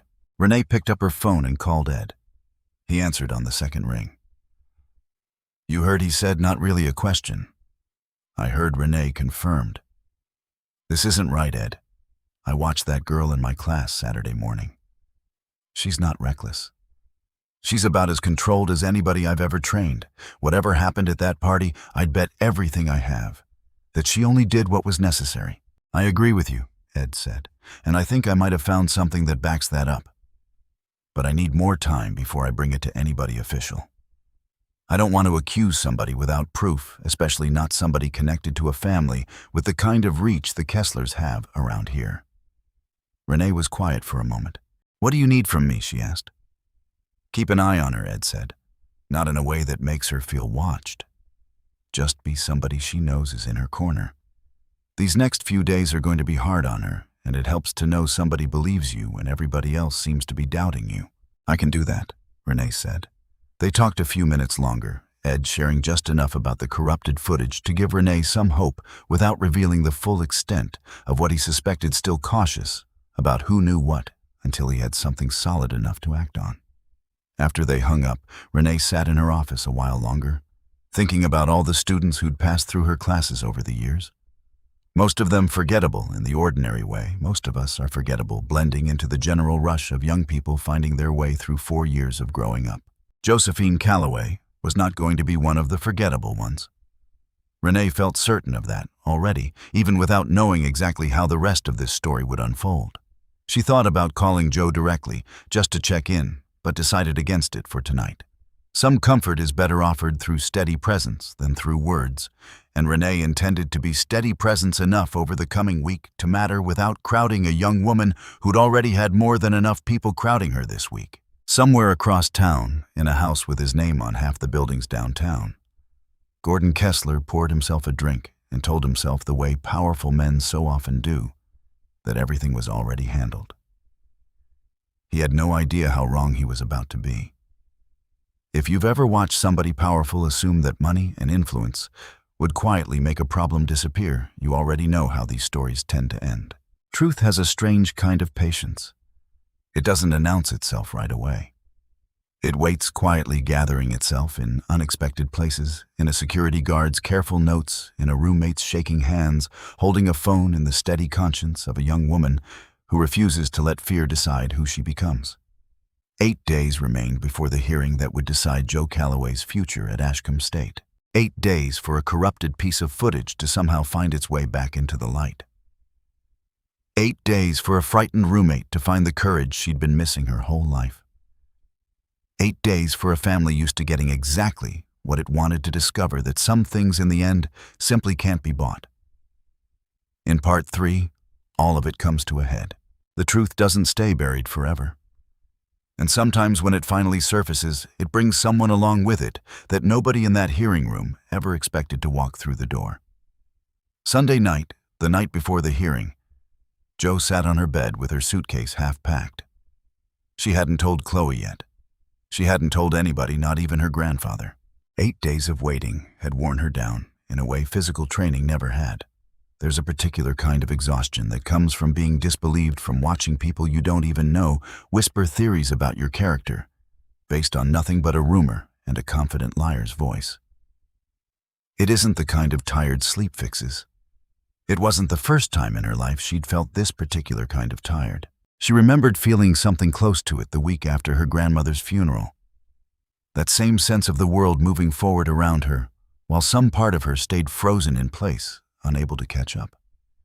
Grief and injustice weren't the same thing, but they shared a certain weight, the way both of them asked you to keep functioning normally while carrying something most people around you couldn't see. She'd spent the week going to the classes she was still permitted to attend, avoiding the ones that overlapped with Brayden's schedule, eating meals alone at odd hours to avoid the stairs in the dining hall.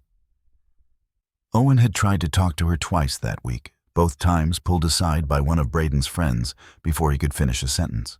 Hannah had nodded at her once in a hallway, a small, careful gesture that meant more than Joe could explain, though neither of them said a word. The suspension itself had been lifted from her academic record, pending the outcome of the hearing, technically allowing her back into most classes, but the social weight of it followed her everywhere regardless. She noticed the way conversations dropped slightly when she walked into a room. She noticed the way some students went out of their way to avoid eye contact, as though whatever had happened to her might somehow be contagious. A few students, mostly the ones who'd actually witnessed the truth at the party, offered small kindnesses when nobody else was looking, a nod in the hallway. A held door gestures too small to draw attention, but large enough for Joe to notice and hold on to. It hadn't been enough. Not against the version of events being repeated in every corner of campus, the one where a scholarship football captain got attacked without provocation by an unstable freshman. Nobody really knew. Joe folded another shirt into her suitcase. She thought about her parents back home, about the conversation she'd eventually have to have with them if she withdrew from Ashcombe State only 3 weeks into her first semester. She thought about the disappointment they'd never actually voice, but that she'd feel anyway, underneath their reassurances that everything would work out fine wherever she landed next. Maybe some places just weren't meant for people like her. She was still folding when her phone rang. It was Walter. She almost didn't answer.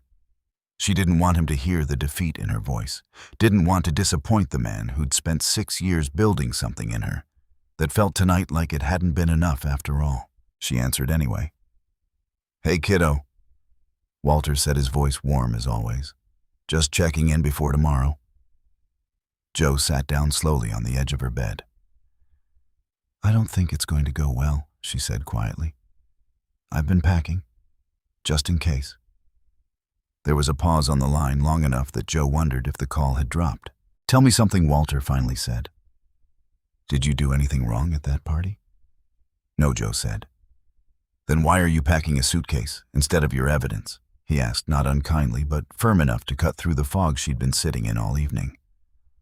"I don't have evidence," Joe said. "That's the problem.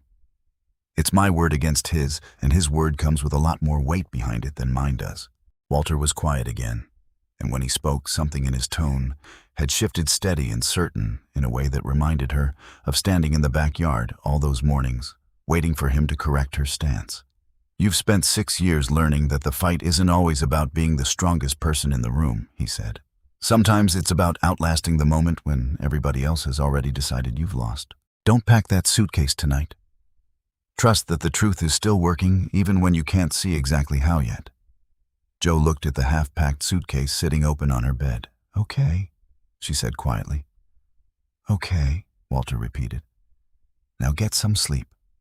Tomorrow's going to need you steady, not exhausted." They said goodnight, and Joe sat a long moment after hanging up, looking at the 2 broken pieces of blue elastic sitting on her desk where they'd sat all semester. She put the suitcase away. Across campus that same night, Ed Whitfield was not sleeping either. He'd spent the past week building his case piece by piece, exactly the way he'd learned to over 22 years on the force. Quiet requests to old contacts in the department. A conversation with a records clerk he'd known for 15 years, who owed him a favor from a case long forgotten by everybody but the 2 of them. A long, careful conversation with Russell Dahl himself, conducted not as an accusation, but as a simple, friendly check-in about a technical glitch in the security system. He'd found Russell in the small IT office tucked away in the basement of the administration building, surrounded by server racks and the low hum of cooling fans. Ed had brought 2 cups of coffee, an old habit from his days conducting interviews. The kind of small gesture that reminded a nervous person they weren't necessarily in trouble, at least not yet, and that made room for an honest conversation instead of a defensive one. He'd started slow, asking about the general reliability of the campus security system, easing into questions about the specific outage from the Welcome Bash weekend, almost as an afterthought. Russell Dahl had not handled that conversation well. He'd stumbled over his words, avoided eye contact, and eventually admitted quietly, almost relieved, to finally say it out loud, that Gordon Kessler's office had reached out to his wife the Sunday morning after the party, asking as a favor whether anything could be done about footage that might make things complicated for the councilman's son. Russell hadn't wanted to do it. He'd told Ed that more than once, like repeating it might make it feel less true. His wife's job depended on staying in Gordon Kessler's good graces, he explained, voice shaking slightly. There'd been an implied understanding. Nothing stated outright that budget approvals for his own department might not go as smoothly if the family found itself frustrated with the university. He'd given Ed a written statement, signed and dated, admitting exactly what he'd done and exactly who had asked him to do it. Ed had thanked him, told him honestly that coming forward now, even late, mattered, and left the basement office with the single most important piece of paper he'd handled since retiring from the force. Ed sat with that statement now spread across his kitchen table alongside the access logs he'd printed the week before, and felt something settle in his chest that was equal parts relief and dread. Relief because the truth had finally surfaced. Dread because tomorrow was going to be difficult for a lot of people, and Ed had never taken any pleasure in watching that kind of reckoning unfold, even when it was deserved. He called Renee before turning in for the night. "I've got what we need," he told her. "Good," Renee said, "because I think Chloe's finally ready too." Chloe had spent the week wrestling with something that had nothing to do with courage in the way most people imagine it. It wasn't about being brave enough to face danger. It was about being brave enough to face the version of herself she'd have to live with afterward, the version who either spoke up when it mattered or stayed silent one more time. She'd watched the footage on her phone at least a dozen times that week, replaying it in the quiet hours after Joe fell asleep, studying every frame, like it might tell her what to do if she just looked closely enough. It never told her anything new. The truth in that footage had been clear from the very first viewing. She simply hadn't been ready to accept what sharing it might cost her. Sunday night, after Joe had gone to bed, Chloe sat in the dim light of her desk lamp and finally called her mother back home, the first time she'd told anybody in her family about any of this.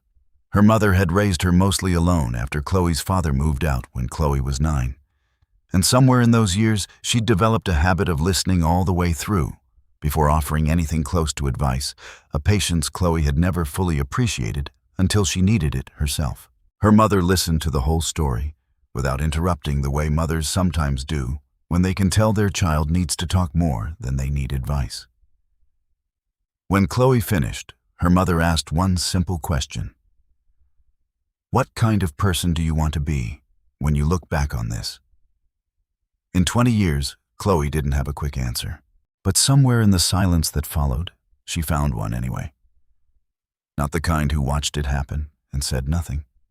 She said quietly, "Then you already know what to do," her mother said gently. Chloe hung up the phone and sat there a long moment, working up her nerve.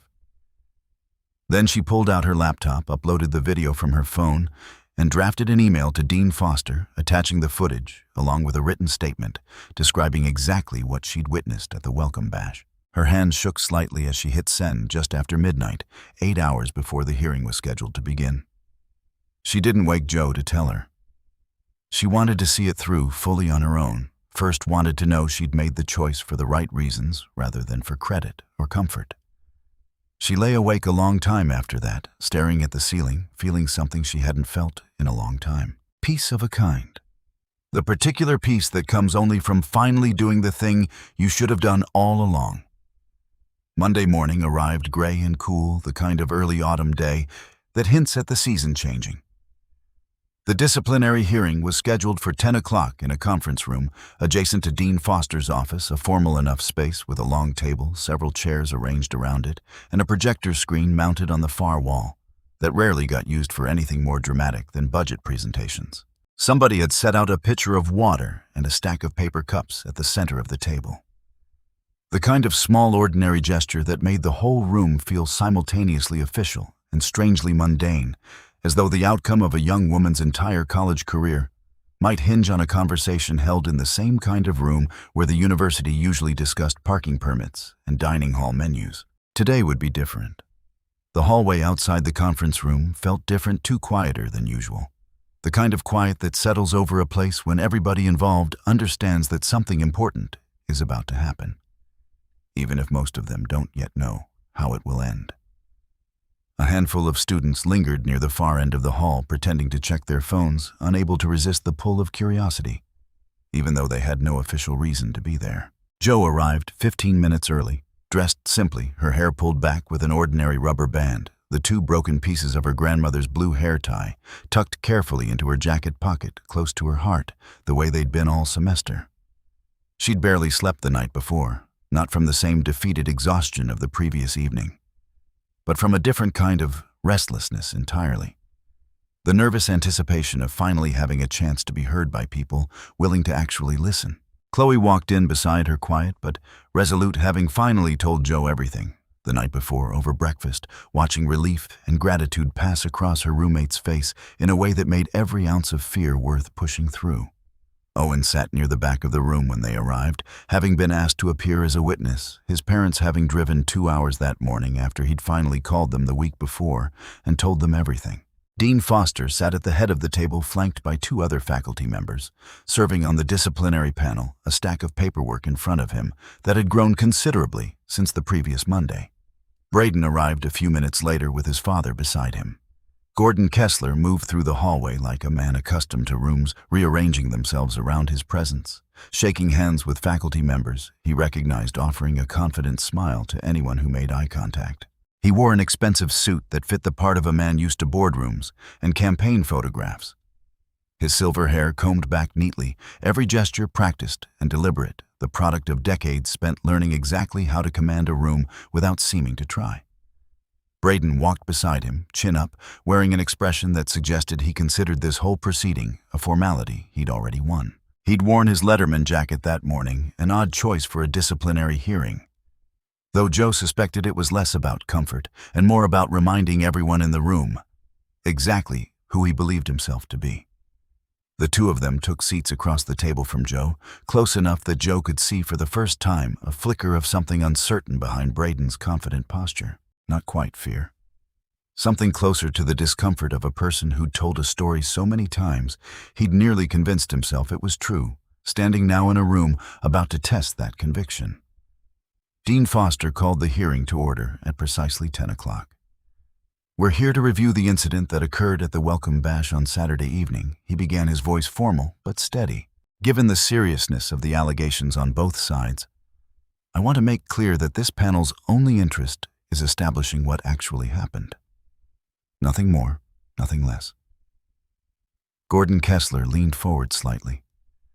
"With respect, Dean Foster, my son has already provided a clear account corroborated by multiple witnesses. I'd hoped this matter would have been resolved before it reached this stage." Foster met his gaze evenly. "Multiple accounts have been conflicting, Mr. Kessler. That's precisely why we're here." He turned to Jo. "Miss Calloway, would you please restate for the record your account of the events in question?" Jo told her story again, the same account she'd given a week earlier, steady and unwavering, describing exactly what she'd seen and exactly what she'd done, no embellishment, no exaggeration. Brayden interrupted, twice both times, cut off gently but firmly, by Dean Foster reminding him he'd have his turn to respond. When Jo finished, Foster turned to Owen. "Mr. Pratt," he said, "would you tell us what you witnessed?" Owen's voice shook slightly at first, but steadied as he spoke, describing being shoved to the ground, describing Jo stepping in, describing the brief, controlled nature of what happened next. Brayden shook his head, throughout muttering something under his breath that his father quieted with a firm hand on his arm. Foster nodded, made a note, and then looked toward the back of the room. "There is one more matter I'd like to address before we hear Mr. Kessler's account," he said. He gestured toward a laptop connected to the projector at the front of the room. "Late last night, my office received video evidence from a witness present at the welcome bash. I'd like to review it now with the panel's permission." Brayden Kessler's expression shifted for the first time, something tightening around his eyes. "Video evidence," he repeated. "From whom?" "From Miss Bennett," Foster said, nodding toward Chloe. "Miss Calloway's roommate." Brayden's face went pale. Foster dimmed the lights and started the video. The footage was shaky, filmed from an angle partially obscured by the crowd, but the important moments were unmistakably clear. Brayden shoving Owen to the ground, hard, unprovoked. The girl beside Owen, stumbling after being pushed aside. Jo stepping forward, her voice calm on the recording. That's enough cutting through the noise of the party. Brayden reaching for her. The brief, controlled motion of her response, Brayden going down to one knee, released within seconds, standing up immediately afterward, uninjured beyond a moment of wounded pride. The room sat in silence as the video ended. "That's edited," Brayden said quickly, his voice rising. "That doesn't show the whole thing. She provoked me earlier that night. Everybody saw that." Foster raised a hand. "We have accounted for the full timeline, Mr. Kessler, including witness statements describing your earlier interactions with Miss Calloway that evening. None of them describe provocation on her part." Gordon Kessler leaned forward, his composure fraying slightly at the edges. "This is a single video from a single source clearly sympathetic to Miss Calloway's account. I'd like to know why the university's own security footage from that night hasn't been presented instead." Foster held his gaze for a long moment. "That's an excellent question," he said quietly. "And it brings me to the next matter this panel needs to discuss." He nodded toward the door where Ed Whitfield had been waiting just outside.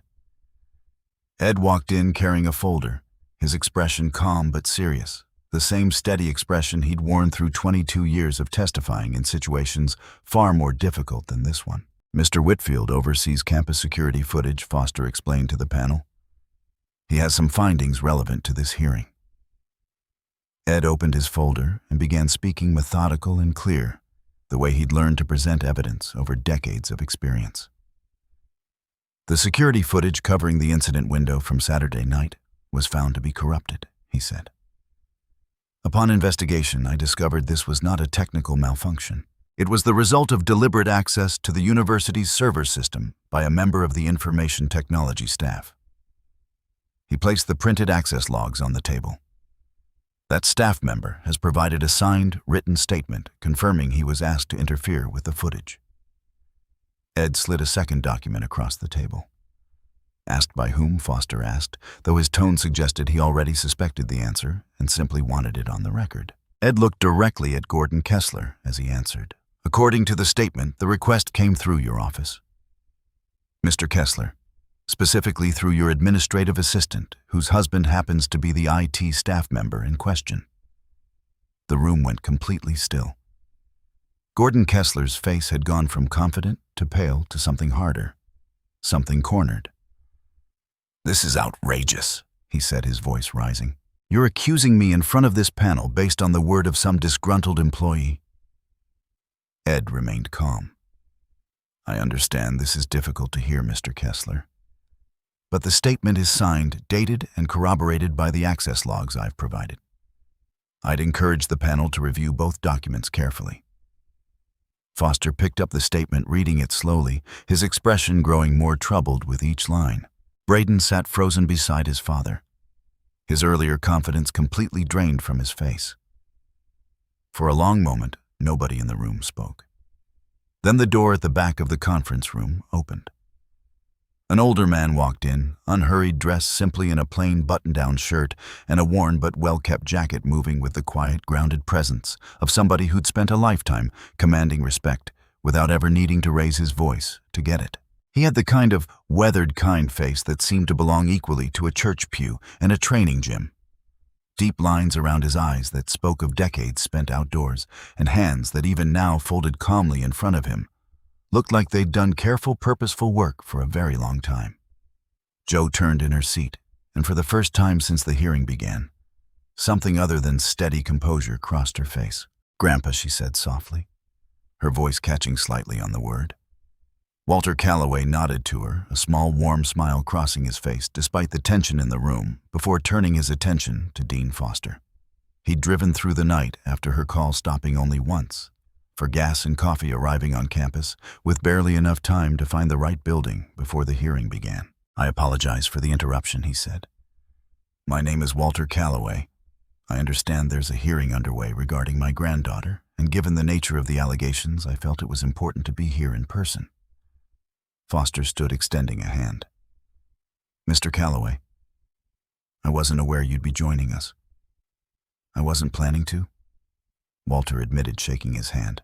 But when my granddaughter told me last night she was packing her bags, instead of trusting the truth to catch up, I decided the least I could do was drive 3 hours to make sure it did. One of the other panel members, an older professor who'd sat mostly silent through the proceedings, looked up sharply at the name.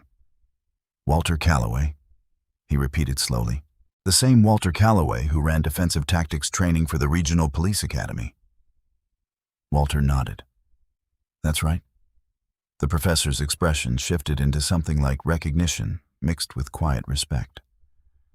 I attended one of your seminars years ago as a favor to a friend on the force. I've never forgotten it. You taught us that real strength doesn't need an audience to prove itself. Walter offered a small, humble nod.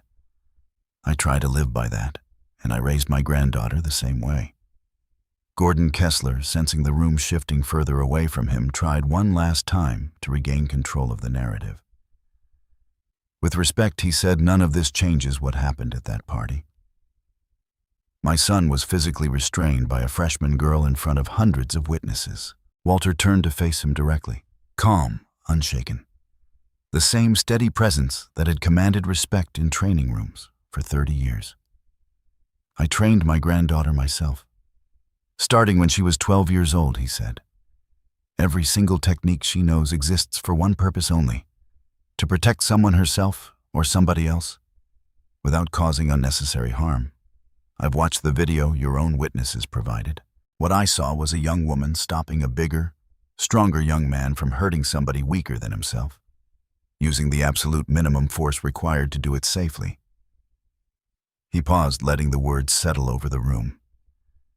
If your son had simply walked away when she gave him the chance, none of us would be sitting in this room today. Brayden's composure finally cracked. I didn't mean for it to go that far, he said, his voice suddenly smaller than it had sounded all week. I don't know.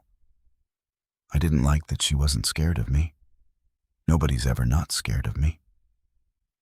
The room went quiet again this time, not from shock, but from something closer to recognition. The truth finally spoken plainly without the armor of confidence or influence protecting it. Foster leaned forward. Mr. Kessler, did you shove Mr. Pratt to the ground that night without provocation? Brayden's eyes dropped to the table. Yes, he admitted quietly. And did you reach for Miss Calloway after she intervened with the intention of physically confronting her? A long pause. Yes, Brayden said, barely above a whisper. Brayden Kessler opened his mouth to interject, but the older professor on the panel raised a hand, silencing him with a single sharp look. I think your son has answered the question, sir, the professor said. Perhaps it's time to let him.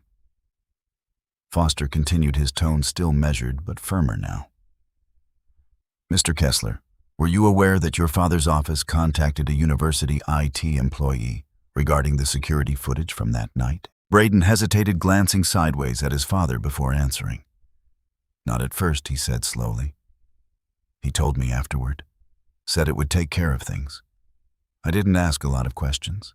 I figured it was just how things worked. The professor made a note, her expression unreadable, but her pen moving with visible weight behind each word. That's precisely the problem, isn't it? She said quietly, more to the room than to Brayden directly. When somebody grows up believing consequences are optional, they stop asking the questions that might have stopped them sooner.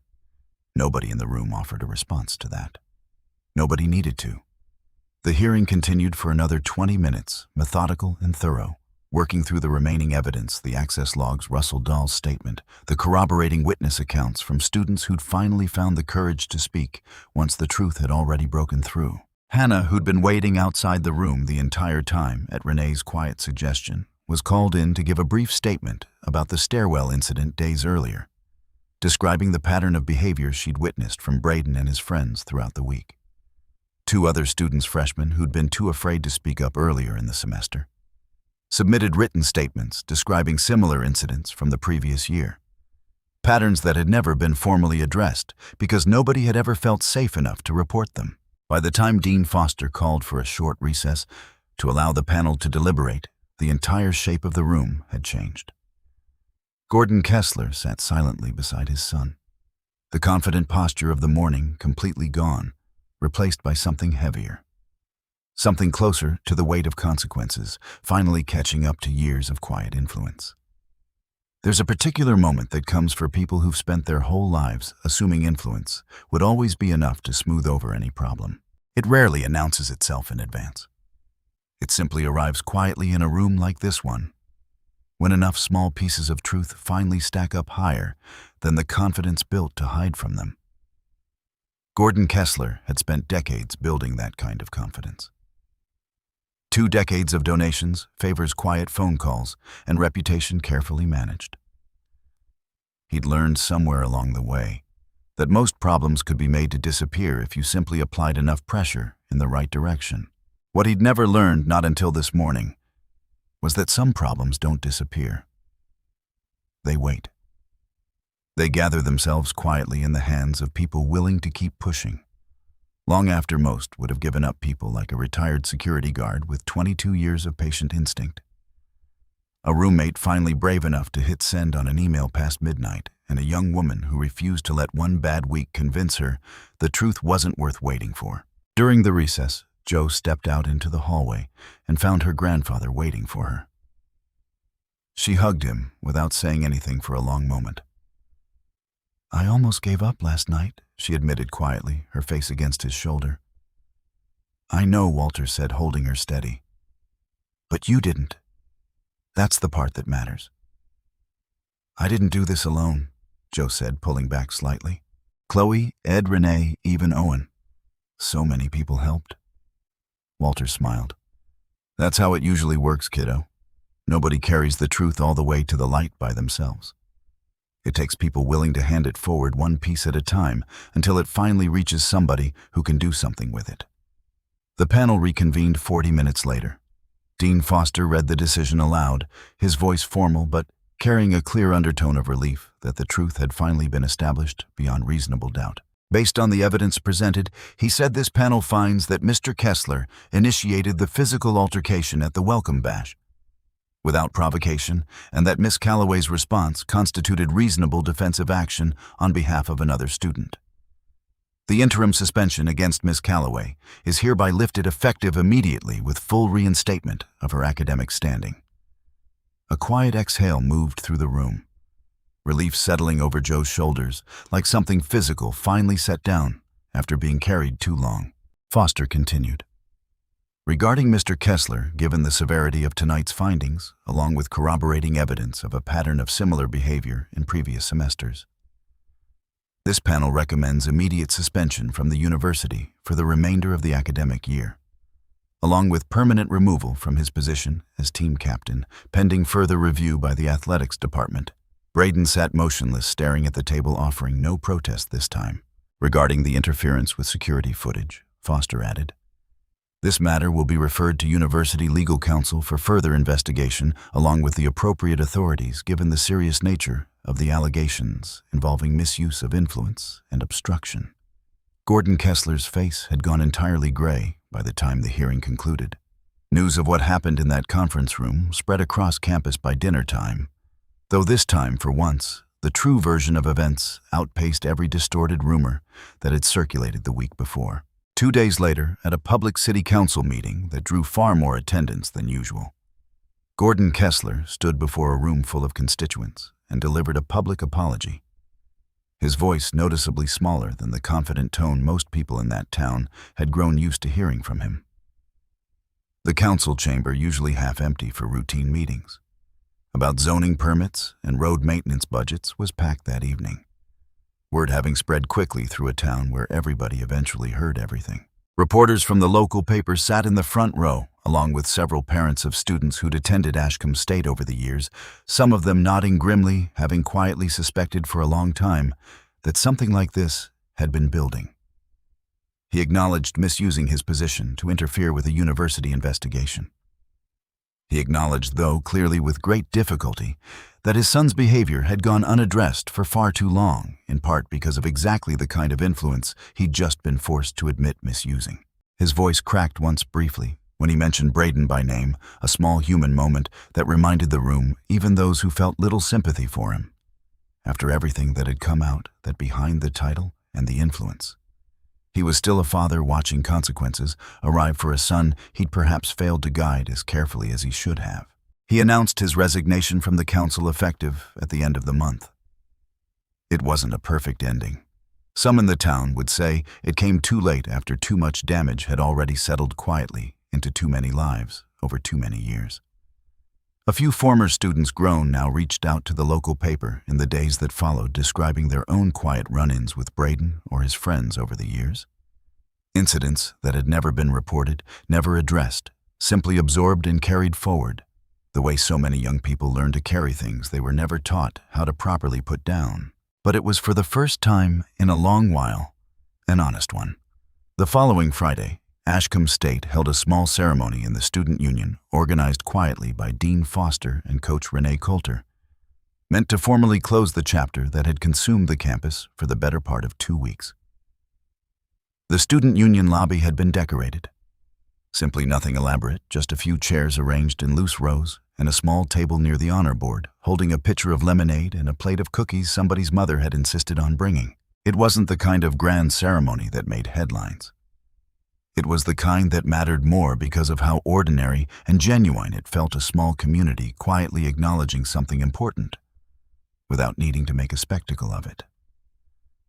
A handful of faculty members stopped in on their lunch break, and a few students who'd never met Joe personally came anyway, having heard enough about what happened over the past 2 weeks to want to be present for whatever this small gathering turned out to be.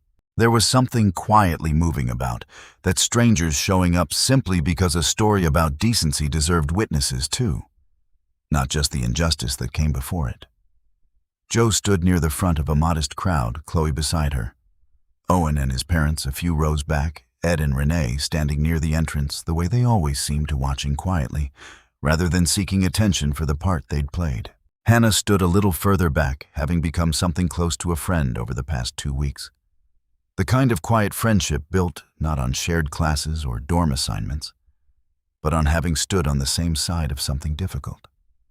Word had spread that Joe's grandfather was in attendance too, and a few students who recognized his name from Renee's self-defense classes approached him before the ceremony began, asking careful, respectful questions about his training background. Questions Walter answered with the same humble patience he'd shown his granddaughter for 6 years.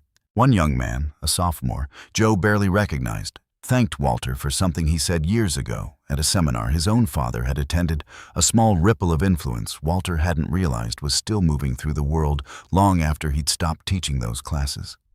Dean Foster spoke briefly about the importance of courage. Real courage, the kind that doesn't announce itself loudly, but shows up quietly again and again until the truth finally has enough support to stand on its own. He mentioned, without naming names unnecessarily, the several people whose quiet persistence had made this outcome possible. A security guard who trusted his instincts, a roommate who found her voice when it mattered most, a coach who believed in a student before she had proof to justify that belief, and a young woman who simply refused to become someone she wasn't, no matter how much pressure came her way. Then he turned to Joe.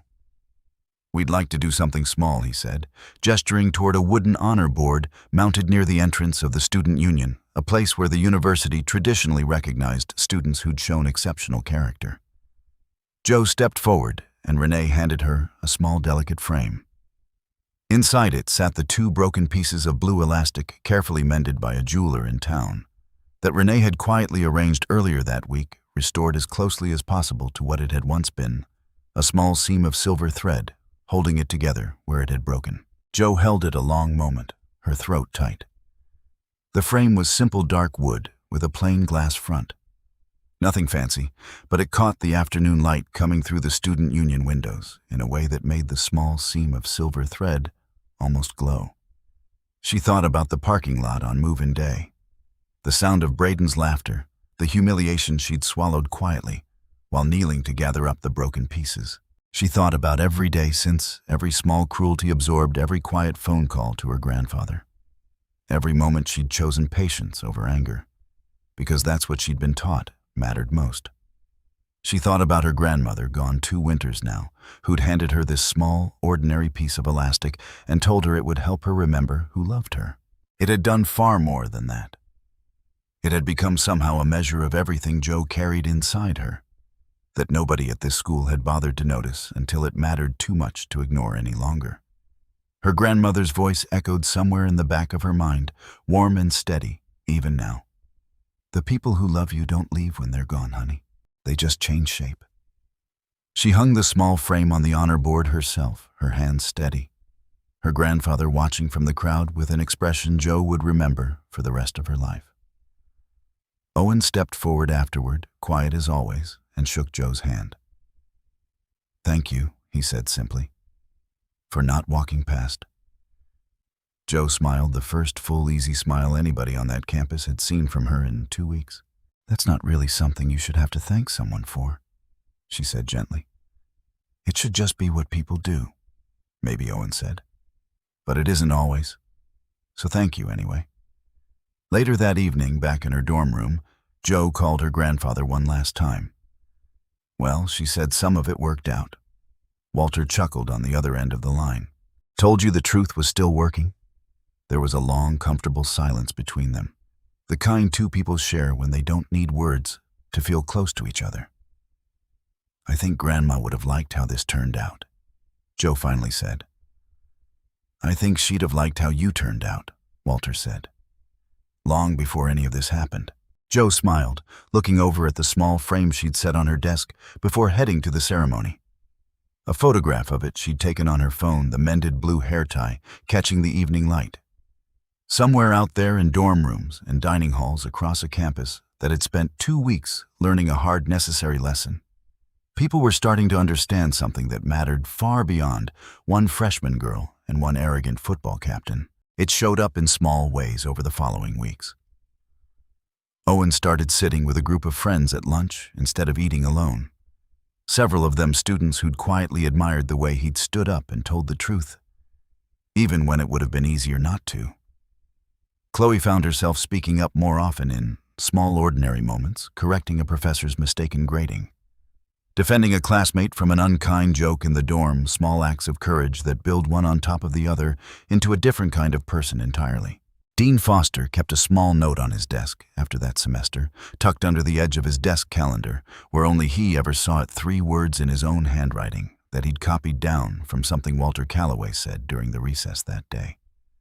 Character, not confidence. It reminded him, on the harder days, what exactly he was supposed to be protecting, when a powerful voice showed up demanding a shortcut. Hannah started a peer support group later that semester. Informal at first, just a handful of students who'd experienced something similar meeting once a week to talk it through, a small effort that eventually grew into something the university formally recognized the following year.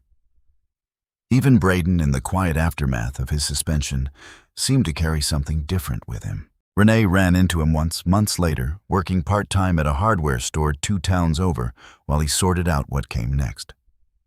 He'd nodded to her, quiet and a little embarrassed, and told her unprompted that he thought about that day at the fountain more than he expected to. Renee didn't know what would ultimately become of him. Nobody ever really does with people like that. But she left the conversation with the sense that something in him had shifted, even if only slightly, even if the road ahead of him remained uncertain. Kindness isn't weakness. Silence isn't safety. And the quietest person in the room is sometimes carrying more strength, more history, and more heart than anybody around them ever bothered to notice. That's a lesson worth remembering. Whether you're 18 years old walking into your first semester of college or 80 years old, watching the world change around you from a porch swing that still creaks in the right kind of way. It's a lesson worth passing down too, the way Walter passed it down to Jo. The way Jo's own quiet example passed it down to a roommate, a fellow freshman, and a whole community that had spent 2 weeks relearning what courage actually looks like when it finally shows up. Because in the end, this was never really a story about a hair tie or a wrist lock or a hearing room full of nervous adults trying to sort out the truth. It was never really about Brayden Kessler either, not in the way it might have first appeared. Stories like this one are rarely about the person who does the pushing. They're about everyone standing around him who eventually decides one at a time to do something instead of nothing. It was a story about what happens when ordinary people, a security guard, a coach, a roommate, a grandfather, a quiet freshman with more discipline than anyone gave her credit for, decide one small choice at a time to stand up instead of standing by. That night, they didn't just learn who was strongest. They learned that decency needs defenders too, and that sometimes all it takes is one person willing to go first.